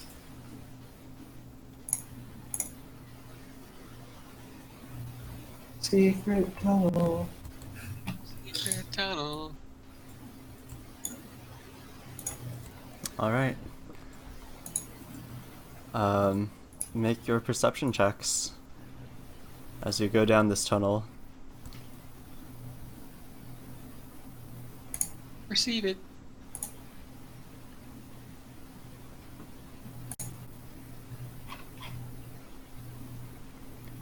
Okay. This sure is a cave dungeon. It sure is. Walton does that too. Let's see. Oh, natural 20. Yeah, so you guys examine these walls, and there are paintings of rivers and oceans, and like all around you there seems to be a very nautical theme around, of sailing and fishing. Otherwise, as far as traps are concerned, you don't see anything. You don't see like the pressure step as from before. You don't see anything on the floor that would indicate danger. Aurelith is going to remark, this is really odd. We're in the middle of a desert. I wonder why there's so many depictions of What do sailing I see, here. Oliver? Oh, sorry. Voltaire. I cut out for a second. You don't see anything trap-wise on the floor either.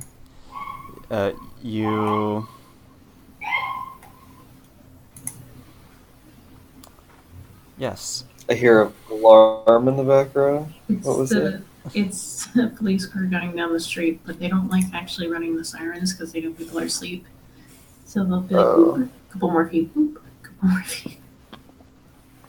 Raylith, I don't see any traps. Do you see any? Can I run? Can I? I don't even care anymore with you, Voltaire. Yeah! Boom, boom, boom. You run and you run and you run. I like having him around, and I follow him at a safe. Well, Argus. I follow him at a safe distance. Make your moves, guys. How far is Voltaire going? I'm a little behind him.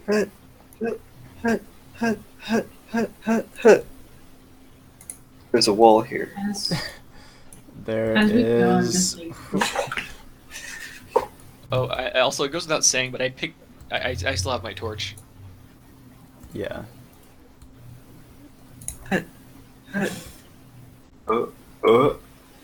Argus, come with me. Step with me into this room. No, you want to run first. Go on. I won't stop you. Oh, it's like a chariot in here. You guys, it's a chariot. This is the same room as the other one, isn't it? I look at it and I think, Oops, sorry. Didn't mean to do that. I'm not sitting in the chariot. Get out the chariot, Raven.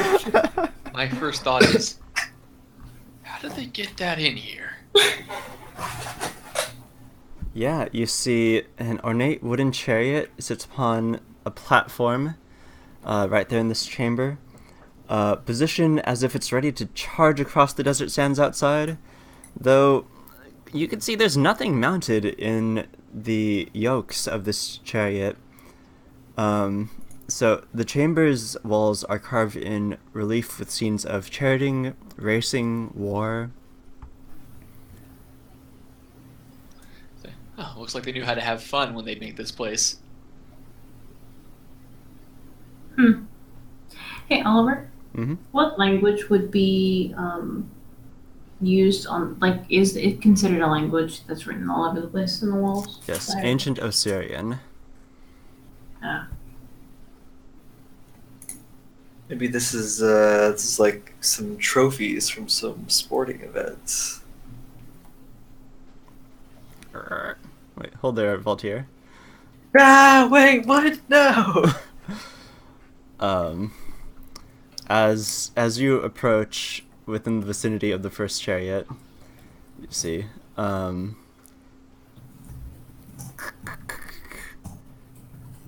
you hear a sort of shambling from within the chariot, and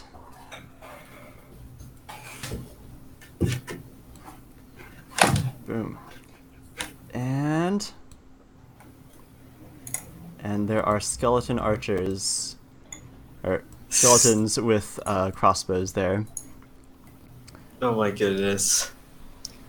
They had And crossbows back when they made this place? Damn, I thought that was the high-tech stuff. Well, I guess we have guns, so... actually, is These it would be crossbows? high-tech. This may in fact be bows, but I would say roll initiative, but I'm gonna say we're gonna call that for tonight since it's almost Okay. Fair 12. enough. Yeah. Oliver, I was going to ask you real quick. Are you going to be back to run next week, or are you going to be in Japan for longer than that? Because I know you're going to be missing Sunday.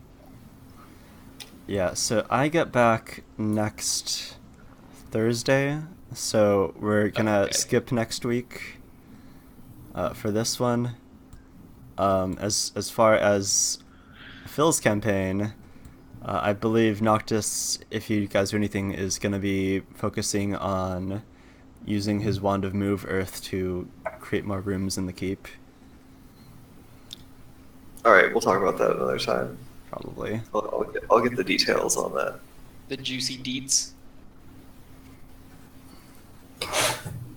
I was messaging Tyler about this, but question for the group: what would be a useful language to have Realith know? Oh, I messaged you back just right now, but the languages spoken by the common player character races are a good place to start because those races are usually the most common within a setting. So you would, think like gnomes, dwarves, halflings,